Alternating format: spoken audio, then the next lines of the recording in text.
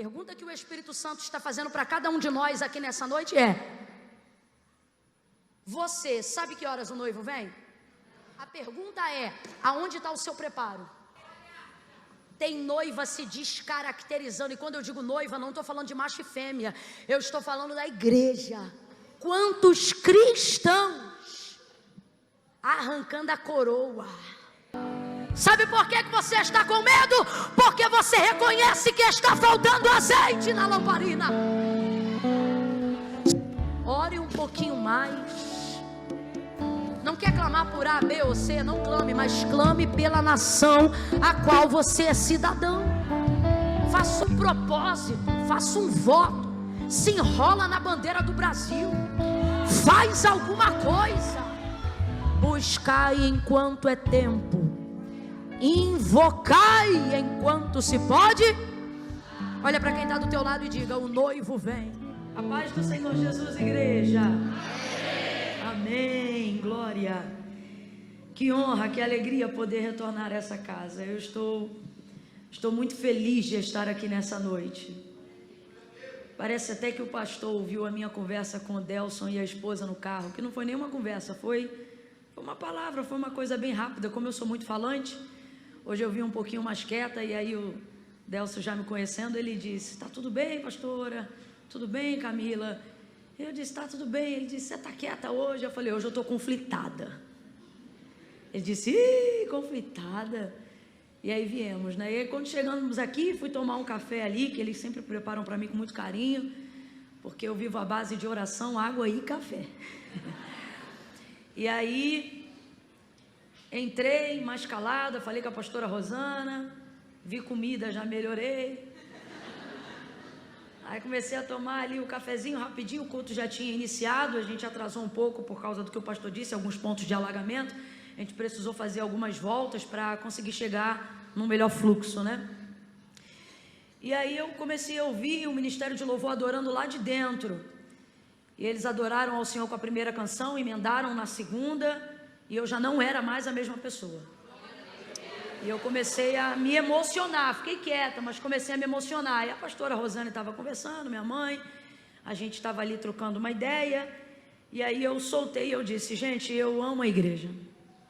Eu amo a igreja. Não, eu amo essa igreja, mas a igreja que eu estava mencionando lá dentro é a igreja do Senhor aqui na terra.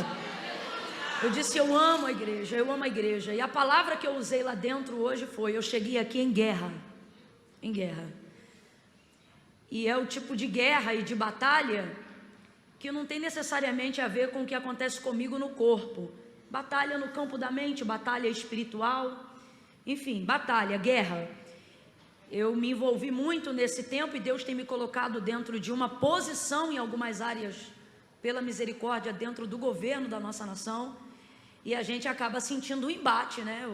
Algumas coisas, porque você acaba se colocando como escudo em algumas situações no mundo espiritual. Porque algumas pessoas respondem aqui na terra, mas no mundo espiritual a nossa voz é conhecida em alguns lugares. E aí a gente precisa se posicionar em relação a algumas pessoas que respondem por nós aqui, e a gente responde por eles. E aí, meu irmão, quando começa o tiro, a pancada e a bomba, você sabe como é que é, né? Corta para todo lado. E a gente tem passado um período de batalha, um período de guerra, e hoje eu estava bem conflitada, e aí vim conversando sobre isso. Quando cheguei, enquanto o Ministério de Louvor adorava, eu já era uma pessoa com a esperança renovada, sabe? Eu já estava muito bem, emocionalmente, tranquila, renovada mesmo. E aí eu até nem sei que assunto eles estavam conversando, que minha mente estava em outro lugar. Eu já voltei dizendo assim: eu amo a igreja. E aí eu disse para a pastora Rosana, eu falei: pastora, eu ainda nem entrei no átrio, eu estou aqui na sala. Mas é impressionante o que disse Davi quando disse: melhor é um dia nos teus átrios do que 1000 em outra parte. Continuando, ele disse: é melhor estar à porta, que era onde eu estava. É melhor estar à porta da tua casa do que habitar nas tendas da impiedade. E é impressionante como eu já estava sendo renovado. E aí eu disse assim para o Deus, falei: Deus, eu não tenho problema com droga, nunca tive desejo suicida, não tenho problema no meu casamento e graças a Deus não possuo nenhuma enfermidade. Agora você entenda o que é a igreja no mundo. O que é a igreja no mundo? Eu não tenho nenhum desses problemas que são muito mais graves do que qualquer outra que eu use o tempo aqui para mencionar, mas eu fui alcançada pela graça de Deus, que é compartilhada no ambiente da igreja de uma forma que não é compartilhada em nenhum outro ambiente quando a gente se reúne. A igreja tem um poder que foi dado pelo próprio Deus para ser o corpo de Cristo reconhecido aqui na terra como instituição entre os homens. E eu disse, você veja, eu não tenho nenhum desses problemas, não estou passando, graças a Deus, por nenhum desses males que assolam milhares de pessoas. Aí eu falei para ele, imagina agora a mãe que enterrou seu filho. Imagina agora o marido que está viúvo da esposa, a esposa que perdeu o marido. Eu fui dizendo para eles, imagina agora o cara que veio frequentar esse culto aqui, hoje ele começou a entrar no processo de abstinência da cocaína. Falei, você imagina agora como é que está a mente do pai que está aqui no culto hoje e ele está desempregado há mais de 6 meses. Imagina a mãe solteira que tem que dar conta de 2, 3, até 4 para alimentar. E está aqui no culto hoje. Então assim, se eu entrei hoje aqui dizendo que eu estou em guerra, agora você se coloca no lugar dessa pessoa aí e entenda o que é o culto dessa noite para ela. Porque, irmãos, o ambiente, você vê, eu estava numa sala onde nós estávamos conversando, mas a minha mente não estava muito conectada naquilo que estava sendo dito, porque eu estava em guerra, no campo da mente.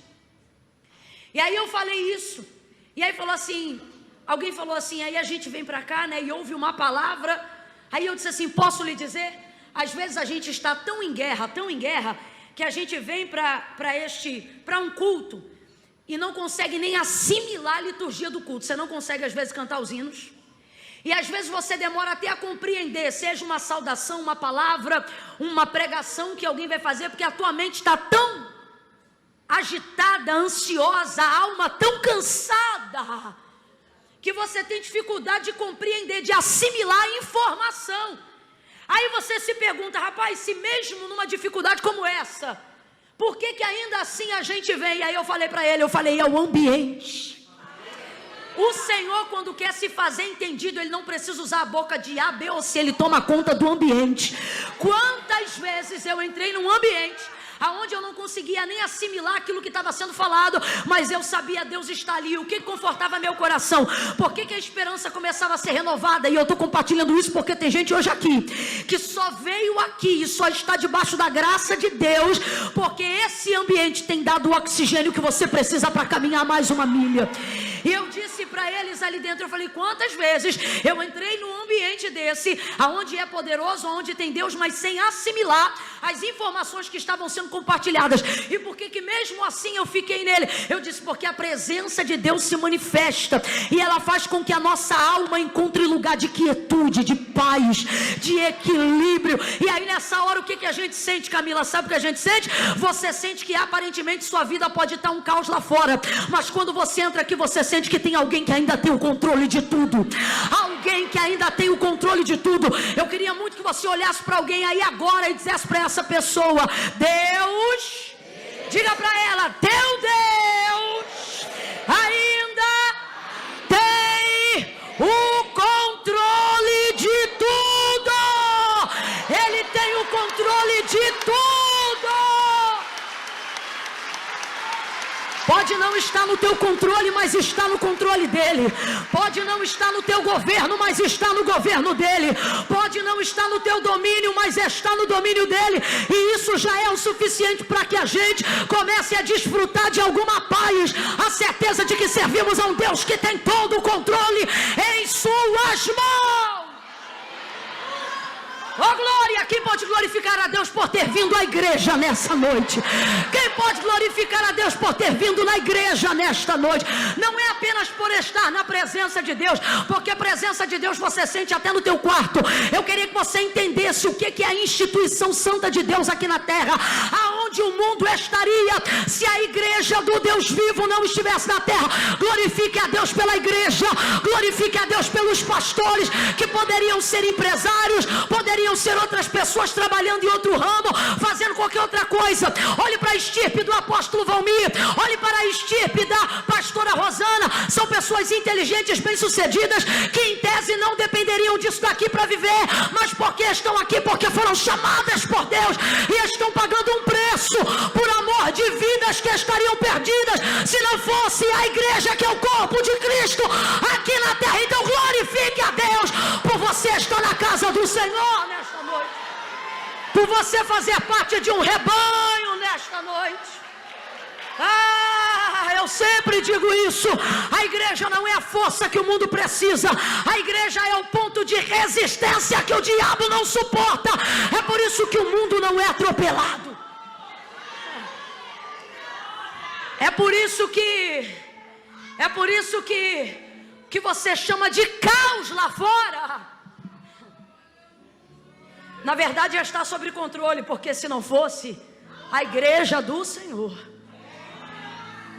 Você acha que isso aqui é só um lugar de encontro? Você está muito enganado. Cada reunião dessa vira chaves e muda histórias. Eu não estou contando para te emocionar não, meu irmão, mas quantas vezes eu entrei em ambientes como esse, aonde o nível de alcance daquilo que foi proporcionado através de um culto, só a eternidade pode revelar. Há poucos dias eu tive uma experiência extraordinária.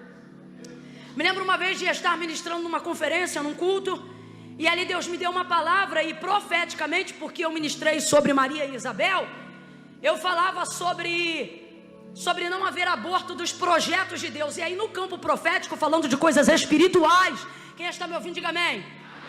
Fique de pé, já vamos ler o texto, daqui a pouco você senta, você vai passar a maior parte do tempo sentado. Aí veja, eu começava a ministrar e a declarar, e a dizer: não haverá aborto, você não vai abortar, você não vai interromper aquilo que Deus começou a gerar dentro de você. Comecei a liberar aquilo no campo profético. Você nunca sabe aonde o Espírito Santo está atingindo, você só tem que estar disponível. Eu comecei a liberar essas palavras, acreditando que eu estava ministrando apenas num ambiente espiritual. Só que nessa reunião tinha uma moça, filha de um pastor de um grande ministério no Rio de Janeiro, que havia caído com um rapaz, ou seja, fez sexo antes do casamento com um rapaz que ainda nem tinha um relacionamento com ele ainda, engravidou, ninguém da família sabia, ela já estava preocupada, pensando o que ia acontecer, não contou para ninguém e planejou o dia do aborto. Foi lá e contou só para a irmã mais nova, para a irmã mais nova dela. E aí a irmã falou para ela: então vamos no culto hoje numa outra igreja que não a nossa, e só pra gente. Aí ela dizia: eu não quero, eu vou fazer isso porque eu sei o tipo de problema que a gente vai ter se eu não abortar essa criança, então eu vou abortar. Isso era um sábado, ela já tinha agendado para segunda-feira, e ela disse assim: então vamos nesse culto, e depois desse culto eu não falo mais nada com você, aí o que for na sua cabeça, quem sou eu para falar?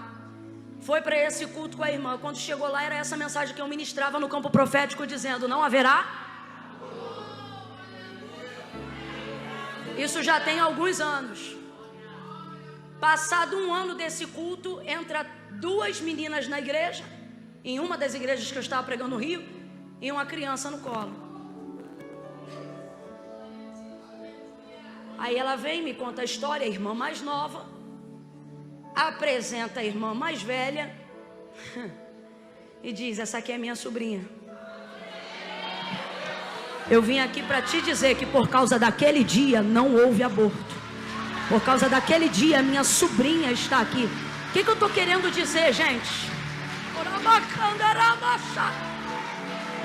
Há um alcance naquilo que você está fazendo hoje aqui em adorar ao Senhor, que algumas coisas Deus vai te contar, vai te permitir ver, como essa que eu vi, mas há outras que são tão tremendas que só a eternidade vai revelar.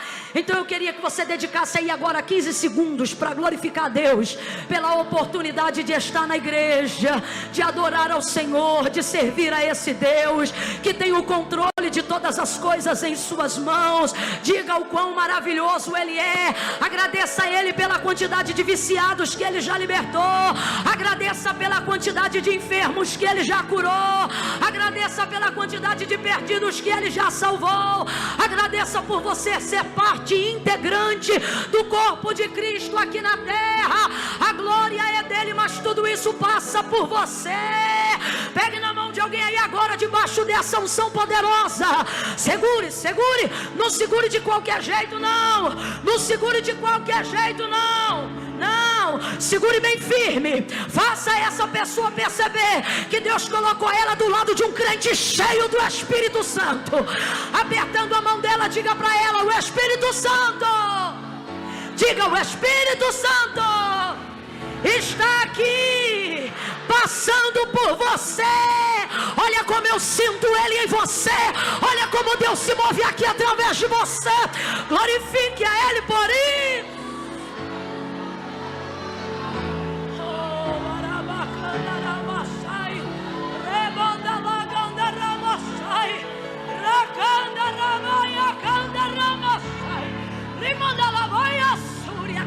Cresce, cresce, cresce, cresce, pode crescer, porque aquele que habita em meio aos louvores está aqui. Cresça, cresça, cresça, cresça, Espírito Santo, que nós diminuamos e que o Senhor apareça.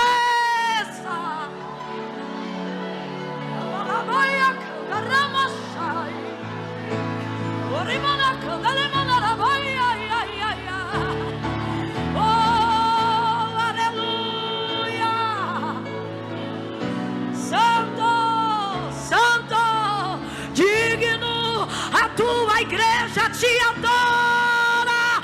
Abre as janelas do céu sobre este lugar. Derrama cura, derrama avivamento, derrama renovo. Faz de novo, Senhor. Oh, aleluia.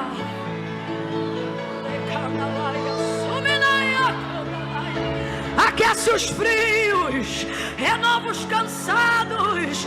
Toma a frente dessa pessoa que entrou aqui com o coração em batalha. Olha aí a mente que entrou em guerra. Mostra que tu tens o controle. Aquietai-vos e sabei que eu sou Deus.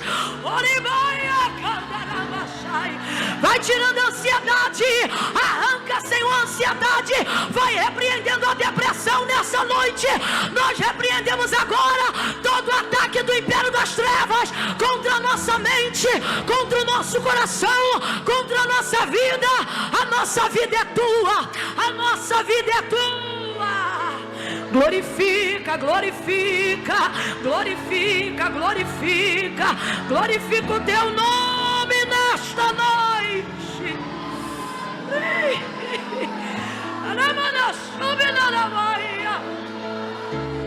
Aleluia, levante as suas mãos e adore, adore, adore.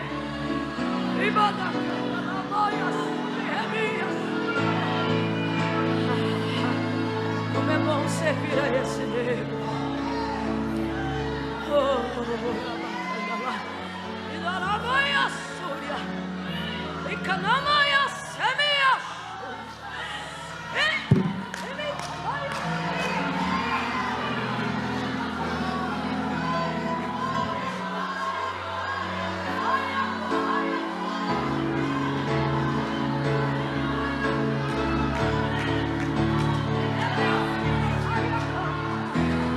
Pelo que não temeremos, ainda que a terra se abale, ainda que os montes se abalem pela sua braveza. Há um rio cujas correntes alegram a cidade de Deus. Deus está no meio dela e não será abalada.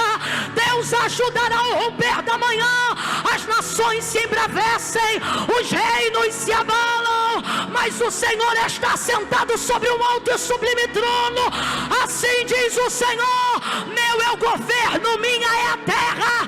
Glorifique aquele que quebra o arco e corta a lança, queima os carros no fogo, aquele que faz cessar as guerras até o fim da terra.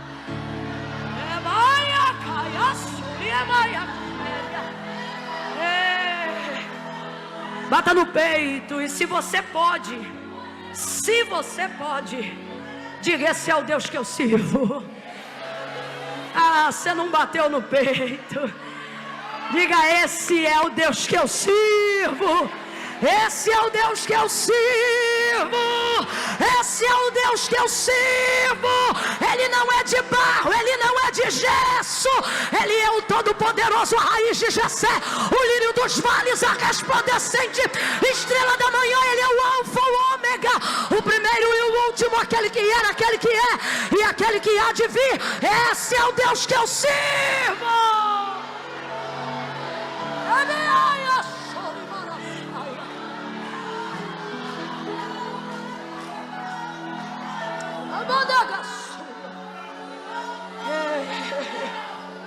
Aleluia.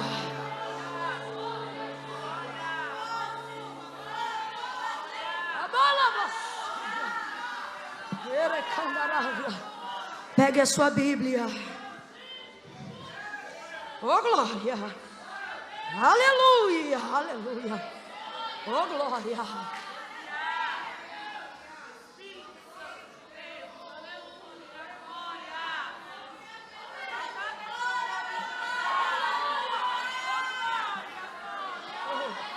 Evangelho do Senhor Jesus, segundo escreveu Mateus, capítulo de número 25. Oh, aleluia.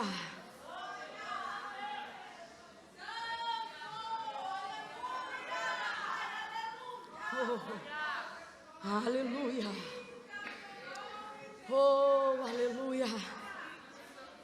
Glória a Deus. Quem se sente privilegiado de estar aqui nessa noite, diga aleluia. É um privilégio, é uma honra. Glória a Deus. Pastor Valmir, muito obrigada. O Senhor sempre é um conselheiro. Não é Jesus não, mas é um bom pastor. Mas hoje na minha vida o Senhor foi profeta. Como eu precisava dessa oração. Deus abençoe. Deus abençoe essa igreja. Pastora Rosana, cada irmão que está aqui. Deus te abençoe, meu irmão. Como é bom cultuar a Deus com você nessa noite. Mateus capítulo 25, versículos 1 em diante, tá bom? Quem achou pode dar um amém? Amém. Diz assim o texto sagrado: então o reino dos céus será semelhante a 10 virgens. Então o reino dos céus será semelhante a 10 virgens, que tomando as suas lâmpadas saíram ao encontro do noivo. 5 eram insensatas e 5 eram prudentes. Em outras versões aí vai dizer 5 eram loucas. Em outras versões vai dizer 5 eram nécias, né? Mas 5 eram prudentes. As prudentes levaram azeite consigo. As loucas, as insensatas, tomaram as suas lâmpadas e não levaram azeite consigo. Demorando o noivo, todas elas acabaram cochilando e dormindo. Mas à meia-noite ouviu-se um grito. Dá o grito aí, o que diz o grito? Rapaz, se tu me pegar dormindo e der esse grito, eu vou continuar dormindo. É desse jeito aí, ó. Vamos dizer todos juntos aí, vem o noivo, 1, 2, 3 e... Pronto, elas deram... Ouviu-se um grito à meia-noite, aí vem o noivo, saí ao seu encontro. Então, todas aquelas virgens se levantaram e prepararam as suas lâmpadas. E as insensatas, as loucas, né? Disseram às prudentes: dai-nos do vosso azeite, as nossas lâmpadas se apagam. Mas as prudentes responderam: não seja caso que falte a nós e a vós, ide antes aos que vendem e comprai-o. E tendo elas ido comprá-los, chegou o noivo. As virgens que estavam preparadas entraram com ele para as bodas e fechou-se a porta. Mais tarde chegaram também as outras virgens, dizendo: Senhor, abre-nos a porta. Mas ele respondeu: em verdade vos digo que não vos conheço. Verso 13: portanto vigiai, porque não sabeis o dia e nem a hora que o Filho do Homem há de vir. Diga amém por essa palavra. Amém. Se assente glorificando a Deus nessa noite. Oh, aleluia. Glória a Deus, glória a Deus, glória a Deus. Quantos aqui já leram ou ouviram esse texto pelo menos uma vez na vida aí? Levante a mão. Parábola das virgens. Vou perguntar de novo, quantos ouviram? Levantem as mãos. Quem não quer levantar a mão?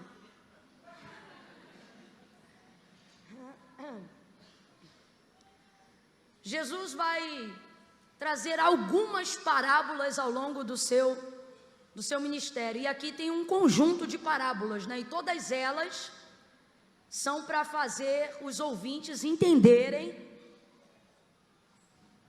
de que forma funciona o reino dos céus. Então ele começa a utilizar comparações a uma realidade tangível. O que é isso? Jesus começa a falar sobre coisas que eles têm capacidade de compreender, coisas do seu dia a dia, como por exemplo, bodas, casamento, que foi o que a gente viu agora. O povo judeu é um povo muito festeiro, uma festa de casamento dura no mínimo 7 dias, então eles entendem como funciona bodas, né?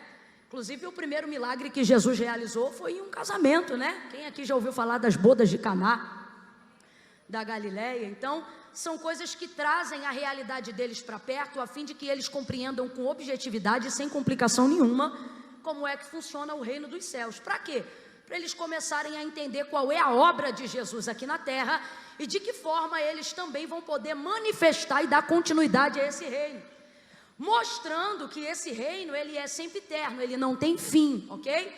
Mas que a maneira que nós traçamos a jornada aqui na terra para manifestá-lo, essa sim, essa tem começo, meio e fim. E segundo a apresentação de todas as parábolas, o fim chega para todos nessa manifestação em algum momento. Então ele vai fazer sobre várias. Quem já ouviu falar nesse mesmo compêndio, por exemplo, da parábola do joio e do trigo, né? Quando ele dá aos servos a semente boa, que é o trigo, mas aí eles dormem, o inimigo vem à noite, semeia o joio, que vamos dizer assim, é a erva daninha da semente do trigo, e aí eles vão lá perguntar ao Senhor: Senhor, quer que nós arranquemos o joio? Ele diz: não, deixai crescer juntos no dia da ceifa, a gente separa o joio do trigo. Então perceba, todas elas têm começo, meio e fim, acerca de como se comportar nessa jornada. Então vou repetir, presta muita atenção. Jesus conta isso e ele traz exemplos tangíveis dentro da realidade das pessoas daquela época, e por que não dizer também dos nossos dias, para descomplicar o entendimento do reino dos céus e de como ele deve ser manifestado. Então ele faz isso, para que eles entendam o que ele faz, como Jesus trabalha para manifestar o reino do seu Pai, e para que depois, quando ele em carne e osso não estiver mais aqui, aqueles que ouviram as suas palavras e decidirem fazer parte desse reino, possam dar continuidade a essa jornada, manifestando o reino de Deus aqui na terra. E por que elas devem manifestar? Porque essa é a vontade de Deus, essa é a vontade do Pai.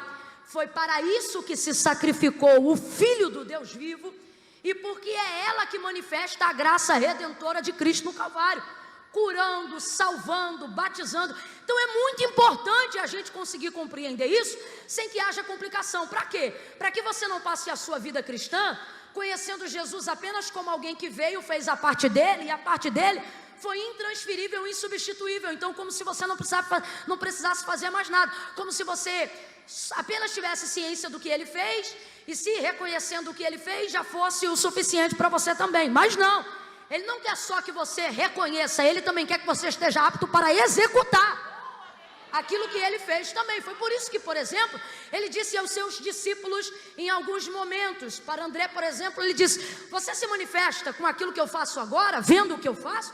Não fique maravilhado com isso não, porque coisas, quem lembra, maiores do que essas que vocês veem aqui, ó, nos meus dias vocês verão. O que ele está dizendo? Eu vou dar a vocês capacidade, não só de admirar, não só de reconhecer, mas de executar. É isso que você tem que entender. Você não é um admirador do ministério de Cristo. Você está entendendo isso aqui? Você não é, estar com o nome atrelados no hall de membros de uma igreja, não é como pertencer a uma antiga comunidade do Orkut. Eu amo Jesus Cristo. Ele não quer que você seja apenas um admirador, um fã, ou alguém que reconhece a sua obra. O que ele está dizendo é: eu quero que você compreenda a jornada da minha obra, porque eu não te chamei para ser um admirador dela, eu te chamei para ser um obreiro. Eu te chamei para ser uma obreira, para ser um executor. E você não pode trafegar por um caminho que você não conhece. Por isso Jesus vai descomplicar tudo. Eu acho tão lindo que ele já descomplica quando ele fala dele mesmo. Por exemplo, ele nunca disse eu sou o destino, ele nunca disse eu sou o final, mas ele disse eu sou o... O que ele está dizendo? Eu vou te ensinar, não a percorrer um caminho, mas primeiro, a fazer um caminho que eu fiz. Segundo, eu não vou te enviar neste caminho, eu sou esse caminho. Então eu vou fazer com você porque eu sou esse caminho. Aí ele começa a descomplicar isso através de parábolas, utilizando coisas tangíveis para que as pessoas possam compreender. Por exemplo, você pode gostar muito de ir num restaurante e comer uma comida muito gostosa, uma comida incrível, maravilhosa, mas se você aprender, e como bom cozinheiro, boa cozinheira, aprender aquela receita com todos os ingredientes, até os ingredientes secretos que aquela pessoa faz, quando você tiver com vontade de comer e o restaurante estiver fechado, o que você faz? Você mesmo faz, entendeu? Então o que o Senhor está dizendo é o seguinte, entenda isso aqui a grosso modo, mas compreenda. É como se ele dissesse assim, o restaurante que vocês conhecem vai fechar, mas eu vou deixar com vocês a receita, para que vocês não sintam fome, falta nem desejo. Aleluia. Então esse é o jeitinho dele, contando parábolas, deixando a receita. Aí dentro desse contexto ele vai trazer essa parábola que é muito conhecida para a igreja, porque ela aponta a vinda do noivo, o momento em que ele volta para a sua igreja. Então ela é muito importante. E aí dentro dessa parábola, a primeira coisa que a gente precisa compreender é que tem 3 coisas. Eu não queria usar o tempo hoje aqui falando daquilo que a gente já sabe e vê na parábola, porque isso aí você pode ler aqui em casa e fortalecer a consciência que você já tem da vinda de Cristo. Mas o que eu queria que você compreendesse aqui é que há 3 coisas inevitáveis. Eu disse 3 coisas, o que é, gente? Inevitável. Tenta de novo, falou meio quebrado. Eu disse que existem aqui 3 coisas inevitáveis. O que é inevitável? Aquilo que eu não posso mudar, ok? O que é inevitável? Aquilo que eu não posso lutar contra. Algo que é inevitável, você contorna, mas não confronta. Entende? É inevitável, não dá para mudar. Tem 3 coisas aqui nesse texto que são inevitáveis. Então o que eu quero dizer de cara aqui? O que o Espírito Santo está nos instruindo aqui de cara? Não é para você lutar contra, é para você lutar com. As 3 coisas inevitáveis do texto são a espera, o sono e o noivo. A espera é inevitável, o sono inevitável e o noivo inevitável. Então eu vou perguntar para ver se você gravou, que eu quero que você coloque isso na sua cabeça hoje. Quais são as 3 coisas inevitáveis? Teve gente que pegou cola do vizinho, ficou falando, vai ser, tá, isso mesmo. A espera, o sono, 1, 2, 3, diga. Essas 3 coisas são inevitáveis e Jesus vai apresentá-las para nós na parábola. Vamos considerar aqui algumas coisas. Primeiro, quantas eram virgens? Olha como é que confunde. Então o reino dos céus será semelhante a 10. Então quantas eram virgens? 10. As 10 eram virgens. Agora, quantas entraram para as bodas? 5. Mas as 10 eram virgens. Mas quantas entraram para a boda? 5. Então não foi o critério virgindade que deixou as 5 que não entraram de fora. Agora há um critério que as 10 passaram por ele e respeitaram. Qual? A virgindade. As 10 são, pode ter 5 loucas, mas são virgens. As 10 são virgens. Que critério é esse? É a pureza, é a castidade, é a consagração. As 10 atendem esse critério.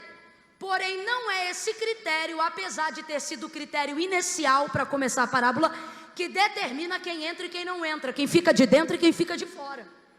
Então o que Deus está ensinando para a gente de cara aqui nessa noite, através da parábola das 10 virgens? Que como a gente começa não determina como a gente termina.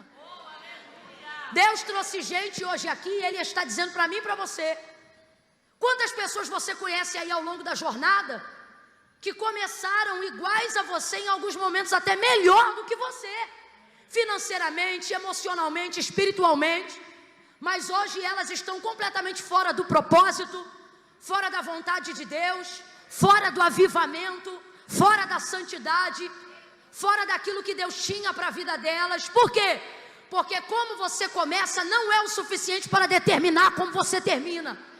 Então, duas místicas que muitas vezes transitam na nossa área cristã e espiritual precisam cair por terra. Primeiro, a ideia de que se eu começar bem, eu termino bem. Não caia nessa. Tem muita gente que começa muito bem, mas termina muito mal. Agora, isso não é motivo de tristeza, é motivo de alegria. Sabe o que o Senhor está dizendo para ambas as partes? Se você começou mal, fica tranquilo, você só está no começo. E se você começou bem, te prepara, teus melhores dias ainda vem por aí. Oh meu Deus do céu, não sei se você está entendendo. Eu vou liberar essa palavra profética aqui, quem está ligado pega, recebe. Deus está dizendo: você ainda não atingiu o teu melhor momento. Você ainda não atingiu o teu melhor momento. O teu melhor dia ainda vem aí, porque a palavra do Senhor é clara: melhor é o fim das coisas do que o início delas. Não é como você começa que determina como você termina. Camille, como é que eu vou terminar? Você vai terminar muito melhor do que como você começou. Ao contrário de alguém que pensa que já atingiu o auge, ao contrário de alguém que pensa que já está no melhor momento da vida adulta. A Camila já vivi muito evangelho, a Camila já vi muita coisa, a Camila já passei por tanta coisa. Deus te trouxe aqui nessa noite para despertar uma área do teu futuro que você ainda não conhece. Ele te trouxe aqui nesta noite para dizer: ei, não vai acontecer contigo o que acontece com a maioria, que depois de viver um bom momento, acha que este é o seu melhor momento. Aí é tanto tapinha que vem no ombro, né? De gente dizendo: aproveita, aproveita porque casamento passa, aproveita porque os filhos crescem, aproveita porque nenhuma igreja é avivada o tempo todo, aproveita por causa disso e daquilo. Deus está dizendo: ei, aproveita mesmo, sabe por quê?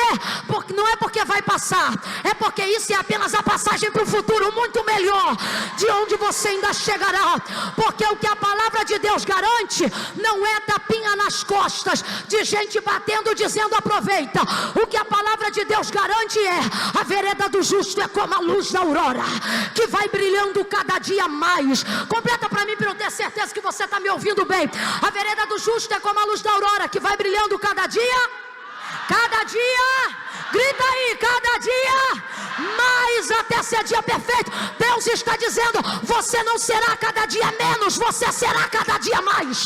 Cada dia mais, um ministério cada vez mais profícuo, uma unção cada vez mais madura, uma família cada vez mais alicerçada, um ministério cada vez mais firme, uma igreja cada vez mais abençoada, filhos que vão te dar netos, netos que vão te dar bisnetos. Deus está dizendo: eu não preparei para você um futuro de saudade, eu preparei para você um futuro glorioso. O que te espera na frente é melhor do que ficou lá atrás. Ei, levante a tua mão mais alto que você puder, bota a outra na mesma altura, vem igreja, coloca lá em cima no 3, você vai botar a mão no ombro do teu irmão, mas olha aqui para mim, não baixa a mão não.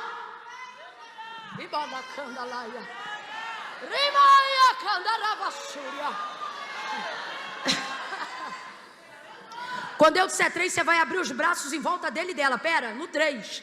Irmão, tem uma unção poderosa aqui. Deus te trouxe aqui para te habilitar para um futuro que você não imaginava. Deus te trouxe aqui para te habilitar para um futuro que você não imaginava. Levanta a mão. Você vai colocar essa pessoa debaixo do teu sovaco molhado. Você vai aconchegar ela, vai trazer para perto. No 3, você vai dizer assim para ele ou para ela: o que vem por aí é melhor do que tudo que já foi. É 1, é 2, é 3. Profetize. O que vem por aí é melhor do que tudo que já foi. O teu futuro não se comparará com aquilo que Deus prepara. Da cada súbia, releve de camaio séria.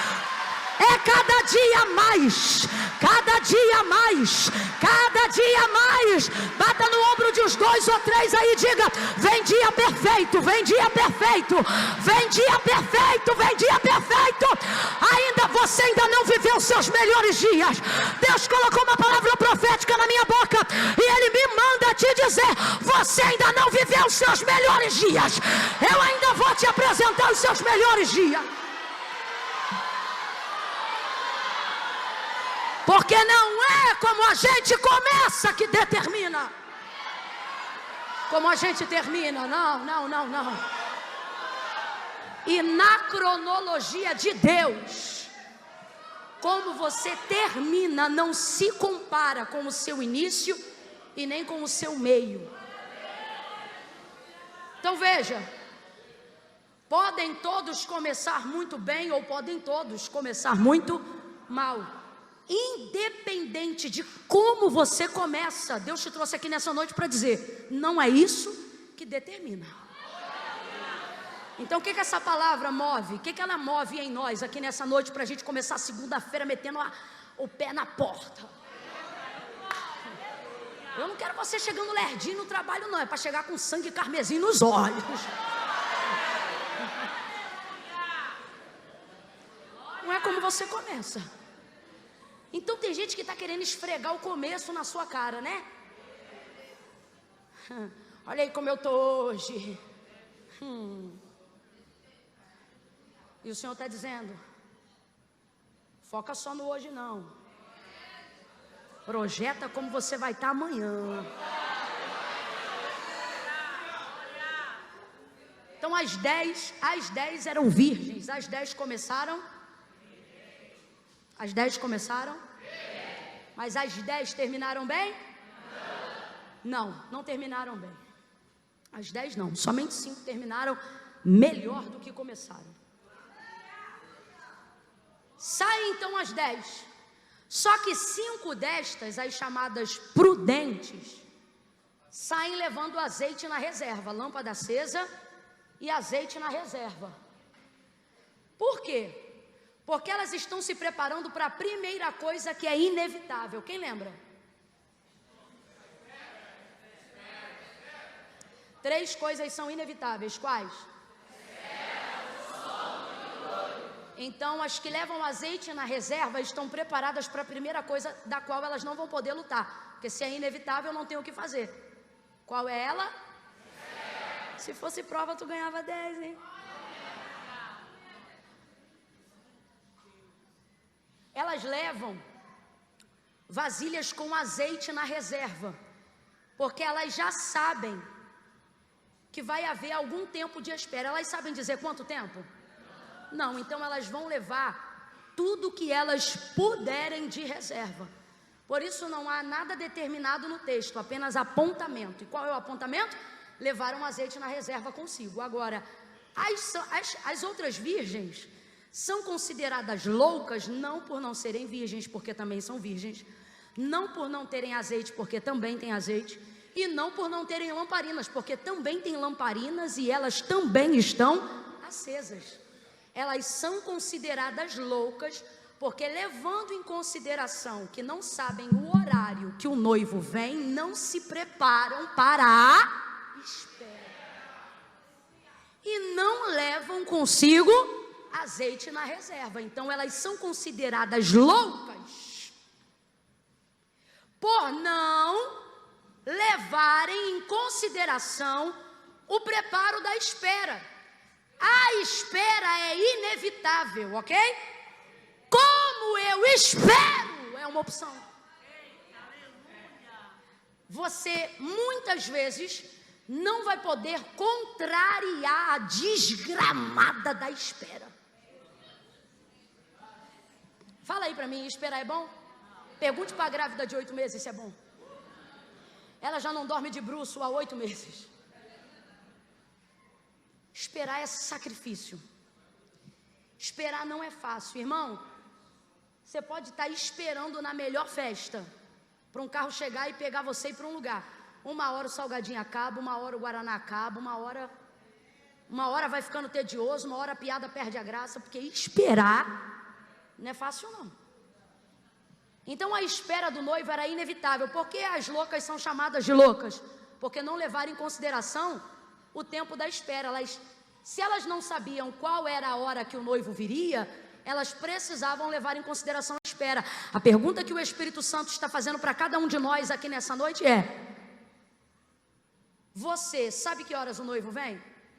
Quem é o noivo na parábola, gente? Quem é o noivo na parábola? A gente sabe dizer que horas ele vem? A gente não sabe nem dizer o dia que fará a hora. Então a pergunta do Espírito Santo nessa noite para a gente aqui é: você está levando em consideração o tempo da espera? Porque se você está, a pergunta é: aonde está o seu preparo? Você está se preparando de que forma? De que maneira você decidiu aceitar essa espera? Uma vez que você não pode fugir dela, uma vez que ela está imposta a você, como é que você vai esperá-la? Então eu disse e repito: esperar é inevitável. Agora a forma como você vai fazê-la é opcional. E você tem uma série de escolhas que você pode tomar para saber como é que você vai esperar. Você pode esperar, se quiser, olhando no celular. Não é uma boa ideia, mas é uma opção. Você pode decidir esperar murmurando: ah, Camila, eu tenho que liberar, eu tenho que botar para fora. Aí você começa a murmurar: ô, desgramada de espera, já estou cansado, ouço essa espera desde o tempo que minha bisavó era garota. E pá, não é a melhor forma, mas é uma escolha que você tem. Ou você pode fazer o que as prudentes fizeram. A diferença de quem espera abastecido é completamente diferente de quem não se preparou para esperar. Quem aqui já pegou uma fila muito longa, mas já saiu de casa pensando: o dia vai ser longo. Aí pega uma marmitinha e bota, ó. É uma maçã que cai, é uma banana que bota, é um biscoito, é um sanduíche enrolado no alumínio com a mortadela. Porque você sai de casa levando em consideração o tempo. Já pegou na fila ou em algum lugar de espera alguém que não tem dinheiro e nem comida? É pior do que manifestado endemoniado. É verdade? Porque o endemoniado é o demônio que está fazendo aquilo com aquela pessoa. Aquela pessoa não, é ela mesmo que está fazendo aquilo com a gente. Mal-humorado, perturbado, palavrudo. Por quê? Porque não se preparou para a espera. Agora diga para mim: o que é mais fácil, esperar com fome ou sem fome? Agora, se você vai esperar, uma hora a fome vai bater, sim ou não? Sim ou não? Se você está esperando, é melhor com marmita ou sem marmita? Irmãos, comida tira 50% de qualquer mau humor. Qualquer mau humor. Elas levaram azeite na reserva, olha para cá. Levaram em consideração o tempo da espera. Já que eu não posso lutar contra a espera, eu vou fazer o quê? Me preparar para ela. Deus trouxe você hoje aqui, ó, você está de parabéns. Porque você podia ter esperado hoje vendo um programa de televisão. Você podia ter esperado hoje na barra de rolagem aí, ó, da sua rede social o dia inteiro. Você podia ter esperado hoje dentro de uma banheira, na piscina de um clube. Mas você disse: não, quer saber? Já que eu vou ter que esperar mesmo, prefiro esperar com reserva. Vou lá buscar um pouquinho de azeite. Deus te trouxe hoje aqui nessa noite. Estar aqui hoje é trazer e fazer reservas para que você esteja preparado. Então Deus te trouxe hoje aqui para todas as áreas da sua vida, principalmente para a vinda do noivo. O que o Senhor está dizendo é: pare de lutar contra a espera, se prepare para ela. É você que decide se vai esperar murmurando ou adorando. Davi, ele dizia: esperei com paciência. Agora, para todas as outras áreas da vida, a forma como você espera também tem o poder de determinar o atraso ou o aceleramento do teu processo. E é esse Salmo de Davi que comprova isso. Olha o que ele diz: esperei com paciência no Senhor. Esperar era inevitável, ter paciência era uma opção. Então ele disse: esperei murmurando, esperei questionando, esperei matando, esperei brigando, esperei o quê? O que é isso? Eu tomei uma boa atitude enquanto eu esperava. Quando você está dentro de um ônibus fazendo o translado do metrô, do trem, para o seu trabalho, para o local que você tem que chegar, você pode simplesmente esperar até chegar lá, ou você pode ler um livro enquanto vai, ou você pode resolver um problema enquanto vai, ou você pode estudar enquanto você vai. Quando você está no ponto de ônibus esperando um ônibus ou qualquer outra coisa, ou esperando seu carro abastecer ou terminar de lavar, tanto faz aqui de acordo com o transporte de cada um, você pode esperar evangelizando alguém, você pode esperar contando um testemunho para alguém. Então Deus trouxe hoje a gente aqui para dizer: não dá para você lutar contra a espera, mas dá para você decidir por si mesmo de que forma você vai esperar. Davi disse: esperei com paciência. Aí olha o que ele diz: e o Senhor se inclinou para mim e ouviu o meu. Então ele esperou. Como? E mais o quê? Orando. Enquanto ele esperava, ele clamava. Aí olha o que o texto diz: o Senhor se inclinou. O que é isso? A vontade de Deus, o braço de Deus, a decisão de Deus rompeu o fator tempo, rompeu o fator espera. Deus poderia deixar ele orando mais, Deus poderia deixar ele clamando mais, mas porque ele teve uma boa atitude enquanto esperava, Deus atravessou os ponteiros do tempo. Você está entendendo o que Deus está falando? Deus te trouxe aqui para dizer: quando a tua atitude é boa, eu me inclino, eu acelero o processo do tempo. O que, por exemplo, aceleraria o ponteiro da espera da igreja para o noivo? A Bíblia dá a dica: enquanto este evangelho não for pregado a toda criatura. Esse é um dos sinais escatológicos. O que isso significa? Significa que quanto mais gente souber de Jesus, mais próxima se torna a sua hora. Esse é um dos sinais. Por que a igreja clama tanto por um avivamento? Porque isso é uma boa atitude de quem está esperando. Aí ele vem e atravessa o fator tempo, o fator cronos, o fator relógio, e cumpre aquilo que ele quer. Então o Espírito Santo nos trouxe nessa noite aqui para uma reflexão para essa semana, para a gente botar em prática aquilo que está ouvindo. É o seguinte: você sabe quando é que você vai enricar? E o que você vai fazer enquanto não enrica? Reclamar que é pobre todo dia? Tem gente aqui que vai entrar em algum processo, ou já está em algum processo de quimioterapia. Reclamar do câncer todo dia vai tirar ele do teu corpo? Então é melhor começar a levar a harpa e saber começar a montar a playlist da quimioterapia. A maneira como você espera pode determinar a forma que você vai estar, caso Deus intervenha, ou se tardar na sua expectativa, como você vai estar na hora que a sua vitória chegar. Porque eu já conheci, ninguém me contou não, eu já fui em culto de ação de graça que tinha bolo, refrigerante, gente, e a pessoa que ofereceu o culto não tinha nem saúde nem alegria. E por que não tinha? Porque Deus fez uma promessa e Ele vai cumprir, mas até que ela se cumpra, a forma como eu decido esperar não depende de Deus, depende de mim. Então é você que vai decidir se vai passar esse tempo de espera reclamando, murmurando. Ah, Camila, mas Deus vai cumprir? Vai cumprir. Agora, a sua forma em esperar determina como é que você vai estar no dia que a tua vitória chegar. Eu quero estar com saúde, eu quero estar com mais amigos, eu quero estar alegre, eu quero estar preparado. Imagine um noivo que vem buscar uma noiva que botou o vestido, mas não aguentou e tirou a roupa. Imagina um noivo que vai buscar uma noiva que a coroa começou a pesar na cabeça. Ai, tá incomodando, aí ela vai lá e arranca. Porque a espera, ela quer descaracterizar sua perspectiva de futuro. Pega uma criança, arruma ela todinha e fala para ela: daqui a pouco a gente vai sair.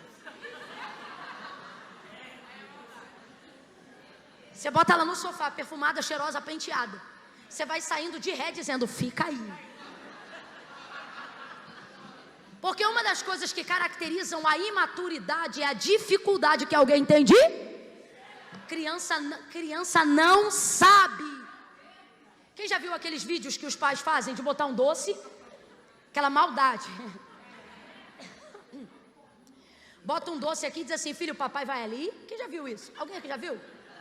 Tu já até fez, né? Filho, papai vai ali, mamãe vai ali. Quando vou, aí bota um doce bem gostoso aqui na frente da criança. E diz assim: quando voltar, eu vou deixar você comer. Mas só enquanto eu não voltar, você não come. Aí bota às vezes na mão da criança. Aí é tão bonitinho, os bichinhos cheira. Fica assim. Não é? Não é? Já viu? Aí ele já começa: tá vindo! Só que eu estou falando de uma criança. Esse comportamento de espera revela a impaciência, a imaturidade óbvia em uma... Você é noiva. Tem noiva se descaracterizando. E quando eu digo noiva, não estou falando de macho e fêmea. Eu estou falando da igreja. Da igreja de Deus na terra. Quantos cristãos arrancando a coroa, desfazendo a roupa. Quem já teve que trocar a roupa do menino uma vez antes de sair de casa, depois de já ter botado a roupa dele? Porque não aguentou esperar. Sujou a roupa, brincou, sujou o tênis. Porque a espera não é coisa de imaturo.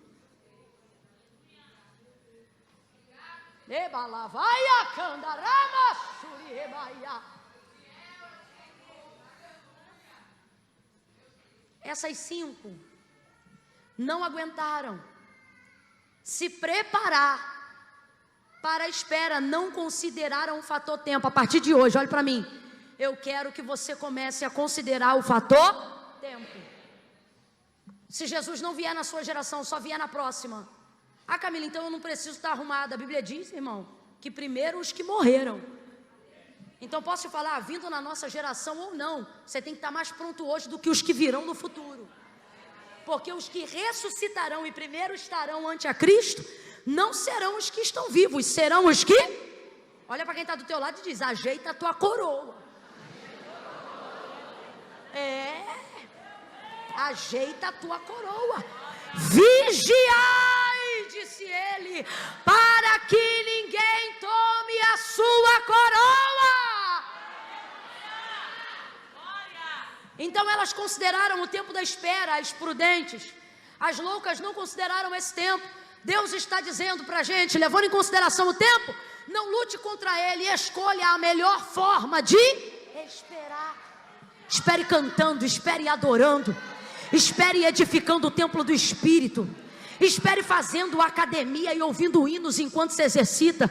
Espere fazendo uma boa dieta, cuidando do templo do Espírito Santo. Espere cuidando dos seus filhos, preparando um legado para o futuro deles. Espere sendo um adorador, espere se tornando alguém melhor do que você já foi. Espere alguém que quando o noivo chegar, não vai encontrar um vestido mofado, uma coroa horrorosa, não. Depois de um tempo que você está esperando, você faz o quê? Você vai lá e ressalta novamente a maquiagem. Eu já trabalhei com um programa de televisão. Quem é que já me viu alguma vez na TV Boas Novas? Na TV Boas Novas, já viu? Você lembra? De vez em quando passava muito tempo na frente daquele holofote. Esses holofotes aqui, quando estão ligados a todo vapor na nossa cara, isso parece um sol para cada pessoa. Eu começava a pregar naquele programa de televisão, eu suava, daqui a pouco parava a programação, aí a menina vinha, atacava um pó de novo, que era para tirar o brilho da cara. Por quê? Para dar a impressão de que eu estava ali o tempo todo, ó, top, para ninguém perceber que eu estava cansada, com olheira, esperando. Tem gente que quando o noivo chegar, o vestido da naftalina, do vestido mofado vai estar tão terrível, que alguém vai perguntar: minha filha, quem é você? A noiva? Que não é possível. E Deus te trouxe hoje aqui para dizer: a espera, arrumando o vestido, ajeitando a coroa, enchendo o vaso de azeite, te preparando na reserva, para quando o noivo chegar, você está pronta. Pronta por quê? Porque não esperou? Não, porque eu já estava preparada para a espera. Eu levei em consideração esse tempo. É isso que Deus está dizendo para a igreja. Leve em consideração consideração o tempo. Ah, Camila, eu vou levar em consideração o tempo da espera. Tem gente que não leva em consideração justamente porque vai passar esse tempo esperando. Aí diz assim, já que eu vou esperar, é ao contrário. Já que você vai esperar, leve comida. Já que você vai esperar, coloque água na bolsa. Já que você vai esperar, busca em oração enquanto se pode achar. Já que... Eu tenho dito, Deus, me liberta de mim. Me dá força. Porque às vezes a mente vacila em coisas terrenas. Eu fico olhando gente que está com a mente travada. Fica tranquilo que eu não vou falar de eleições não, vou falar de mente. Eu fico vendo gente que está com a mente travada para escolher uma pessoa. Rapaz, se um homem consegue fazer uma coisa com uma mente e tem gente que está travada, o que o anticristo não vai fazer com a cabeça dessa gente?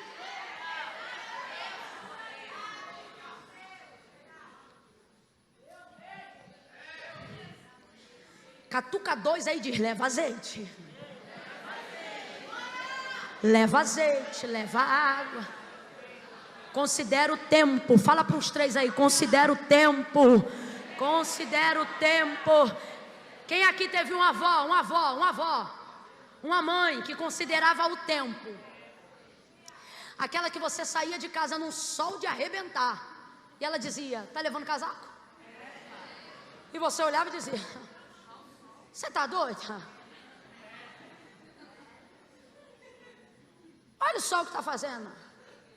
Quantas vezes eu lembro da minha avó por parte de pai. Chegava e dizia, na hora que estava indo para a escola, está levando casaco? Não, vó, está calor agora. O que ela estava dizendo? Leve em consideração o experiência, voz da maturidade, voz de quem já esperou, voz de quem já pegou chuva sem sombrinha. Quem já teve uma mãe que do nada disse, compra uma sombrinha. Mas tá sol, compra enquanto tá sol, porque tá mais barato. Tô mentindo, gente? Quem já comprou aqui sombrinha no sol e pagou 10 conto, diga aleluia. Quem já comprou aqui sombrinha no sol e pagou 5 conto, diga glória a Deus. Quem já comprou na chuva, diga misericórdia. A sombrinha que tu pagou 5 vai para 20, 25, 30, 40, se for aquela que tem ponto e abre igual um guarda-sol, 50 conto. Por quê? Porque você não está levando em consideração o fator. Então eu não posso lutar contra mas posso decidir se vou estar preparada. Já deu para entender isso aí?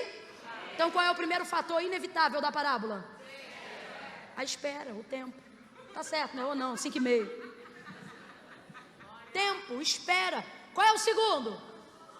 Qual é o segundo? Teve gente que já dormiu. Qual é o segundo? O sono. Gente, o sono é inevitável. Quantas dormiram?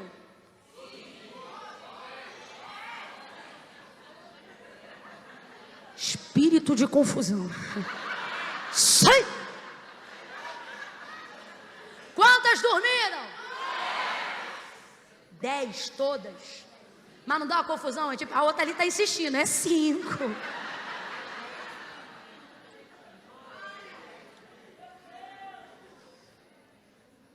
Dez dormiram. Tudo que é inevitável não é só uma parte. O que é inevitável acontece. A Bíblia diz que o sol que brilha para o justo também brilha para o injusto, para o ímpio. Então, quantas dormiram? Se o sono é inevitável, quantas dormiram? Todas. É tão engraçado que o pessoal daqui fala 10. E eu sou carioca, né? O meu 10 chia no final, 10. Então quando a gente fala 10, você acredita que eu entendo 10? Eu entendo 7. Só porque falta uma chiadeira. Né? 10. Responde certo. Quantas dormiram? Também não precisa debochar. 10 dormiram. Por quê? Por que dormiram? Porque o sono é inevitável. Você sabe como no Agreste, na Caatinga, no sertão, a gente já viu mães que não tinham o que dar de comer aos seus filhos?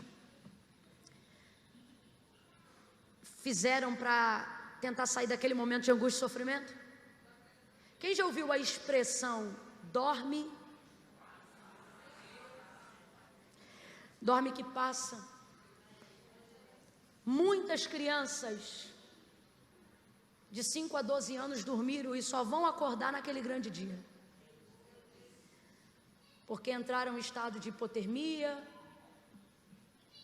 e tantas outras coisas, porque estavam tão famintas que a mãe não tinha nada para dar. E por que dorme? Porque o sono, gente, o sono é tão forte quanto a morte. Tanto é que quando a menina Talita, lembra, filha do Jairo, ela morre, como é que Jesus disse? A menina não morre, mas ela estava morta ou estava dormindo? Estava morta. Só que Jesus usa essa expressão às vezes quando ele quer falar porque para ele despertar alguém da morte é como levantar alguém que está dormindo, entende? Para ele é tipo isso. Lázaro, quando Jesus disse assim, Lázaro dorme, quando ele estava a 16 estádios longe de Betânia, ele disse o que para os seus discípulos? Vamos visitar Lázaro, porque Lázaro dorme. Aí os discípulos que não queriam voltar para lá disseram o quê? Senhor, se ele dorme, deixa ele lá que daqui a pouco ele acorda. Porque eles não queriam voltar, porque da última vez que saíram de lá, saíram quase a pedradas, então eles não querem voltar. Aí olha ele, Jesus amado, aí ele disse, Lázaro, nosso amigo, o que ele está dizendo? Seus vacilões, o cara serviu a gente, alimentou a gente. Aí ele já não diz nosso amigo, ele diz, Lázaro, meu amigo, como que diz? Porque você não presta para ser amigo dos outros, não. Está morto, mas eu vou ressuscitá-lo. Mas antes de dizer categoricamente que Lázaro estava morto, primeiro ele disse que Lázaro dormia, porque para ele isso é tão simples quanto despertar alguém de um sono, é tirar alguém da morte. Mas o que eu estou querendo dizer aqui para você abrir a mente? É para você entender o quão forte é o sono. Ele chega a ser comparado à morte. Quando você vê um crente em caminho de iniquidade, quando o Senhor vê uma ovelha desgarrada e virada na lama do pecado, Ele chama esta pessoa e diz que ela está na condição do sono da indolência, que é isso, uma anestesia mortal. Tão forte é o sono, e só quem já lutou contra ele não venceu. Sabe do que eu estou falando? Mais de 40% dos acidentes de trânsito não acontecem por embriaguez. Você acredita que acontecem por sono? As grandes engenharias, os carros mais tops hoje, têm sensores, né? Onde ele começa a aparecer uma xicarazinha saindo uma fumacinha de cima, para poder mostrar que você precisa de uma pausa para descanso. Ele apresenta isso se o carro começar a fazer algum movimento fora do alinhamento da pista, ou se ele perceber que você está estático muito tempo diante do volante. Então ele começa a acreditar que você está dormindo e tem risco de morte para você e para os demais. Então ele começa a apitar um sinal para que você possa parar. Você pensa, é o cinto? Não. É a mala? Não. É a porta? Não. Daqui a pouco você vê, tem uma xicarazinha ou uma pausa, alguma coisa lá na frente dizendo, pare, porque você está com sono. É isso que ele está querendo dizer. Mais de 40% dos acidentes de trânsito acontecem a menos de 10 quilômetros de casa. E por que que isso acontece? Porque você relaxa mesmo e você pensa, sabe o quê? Já estou chegando. Quando não, você pensa assim, não vou dormir, está muito perto, eu vou chegar.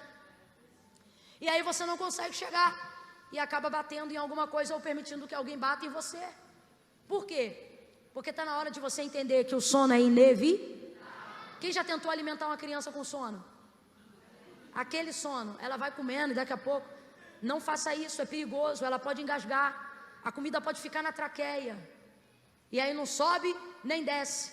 Eu estou pregando e eu grito, sim ou não? Sim. Não me ofenda, mas diga sim ou não?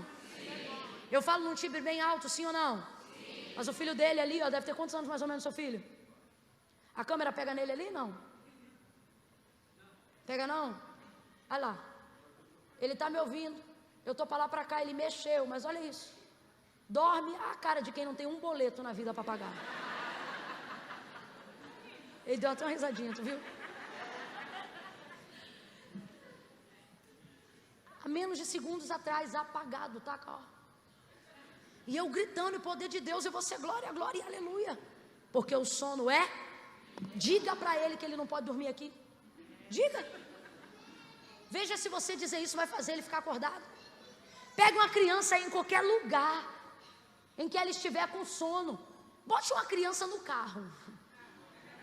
E diga para ela, ó, nós vamos até as mães que ficam desesperadas. Ó, não dorme que vai tomar banho quando chegar em casa, hein? Mal ligou o carro, não andou 500 metros.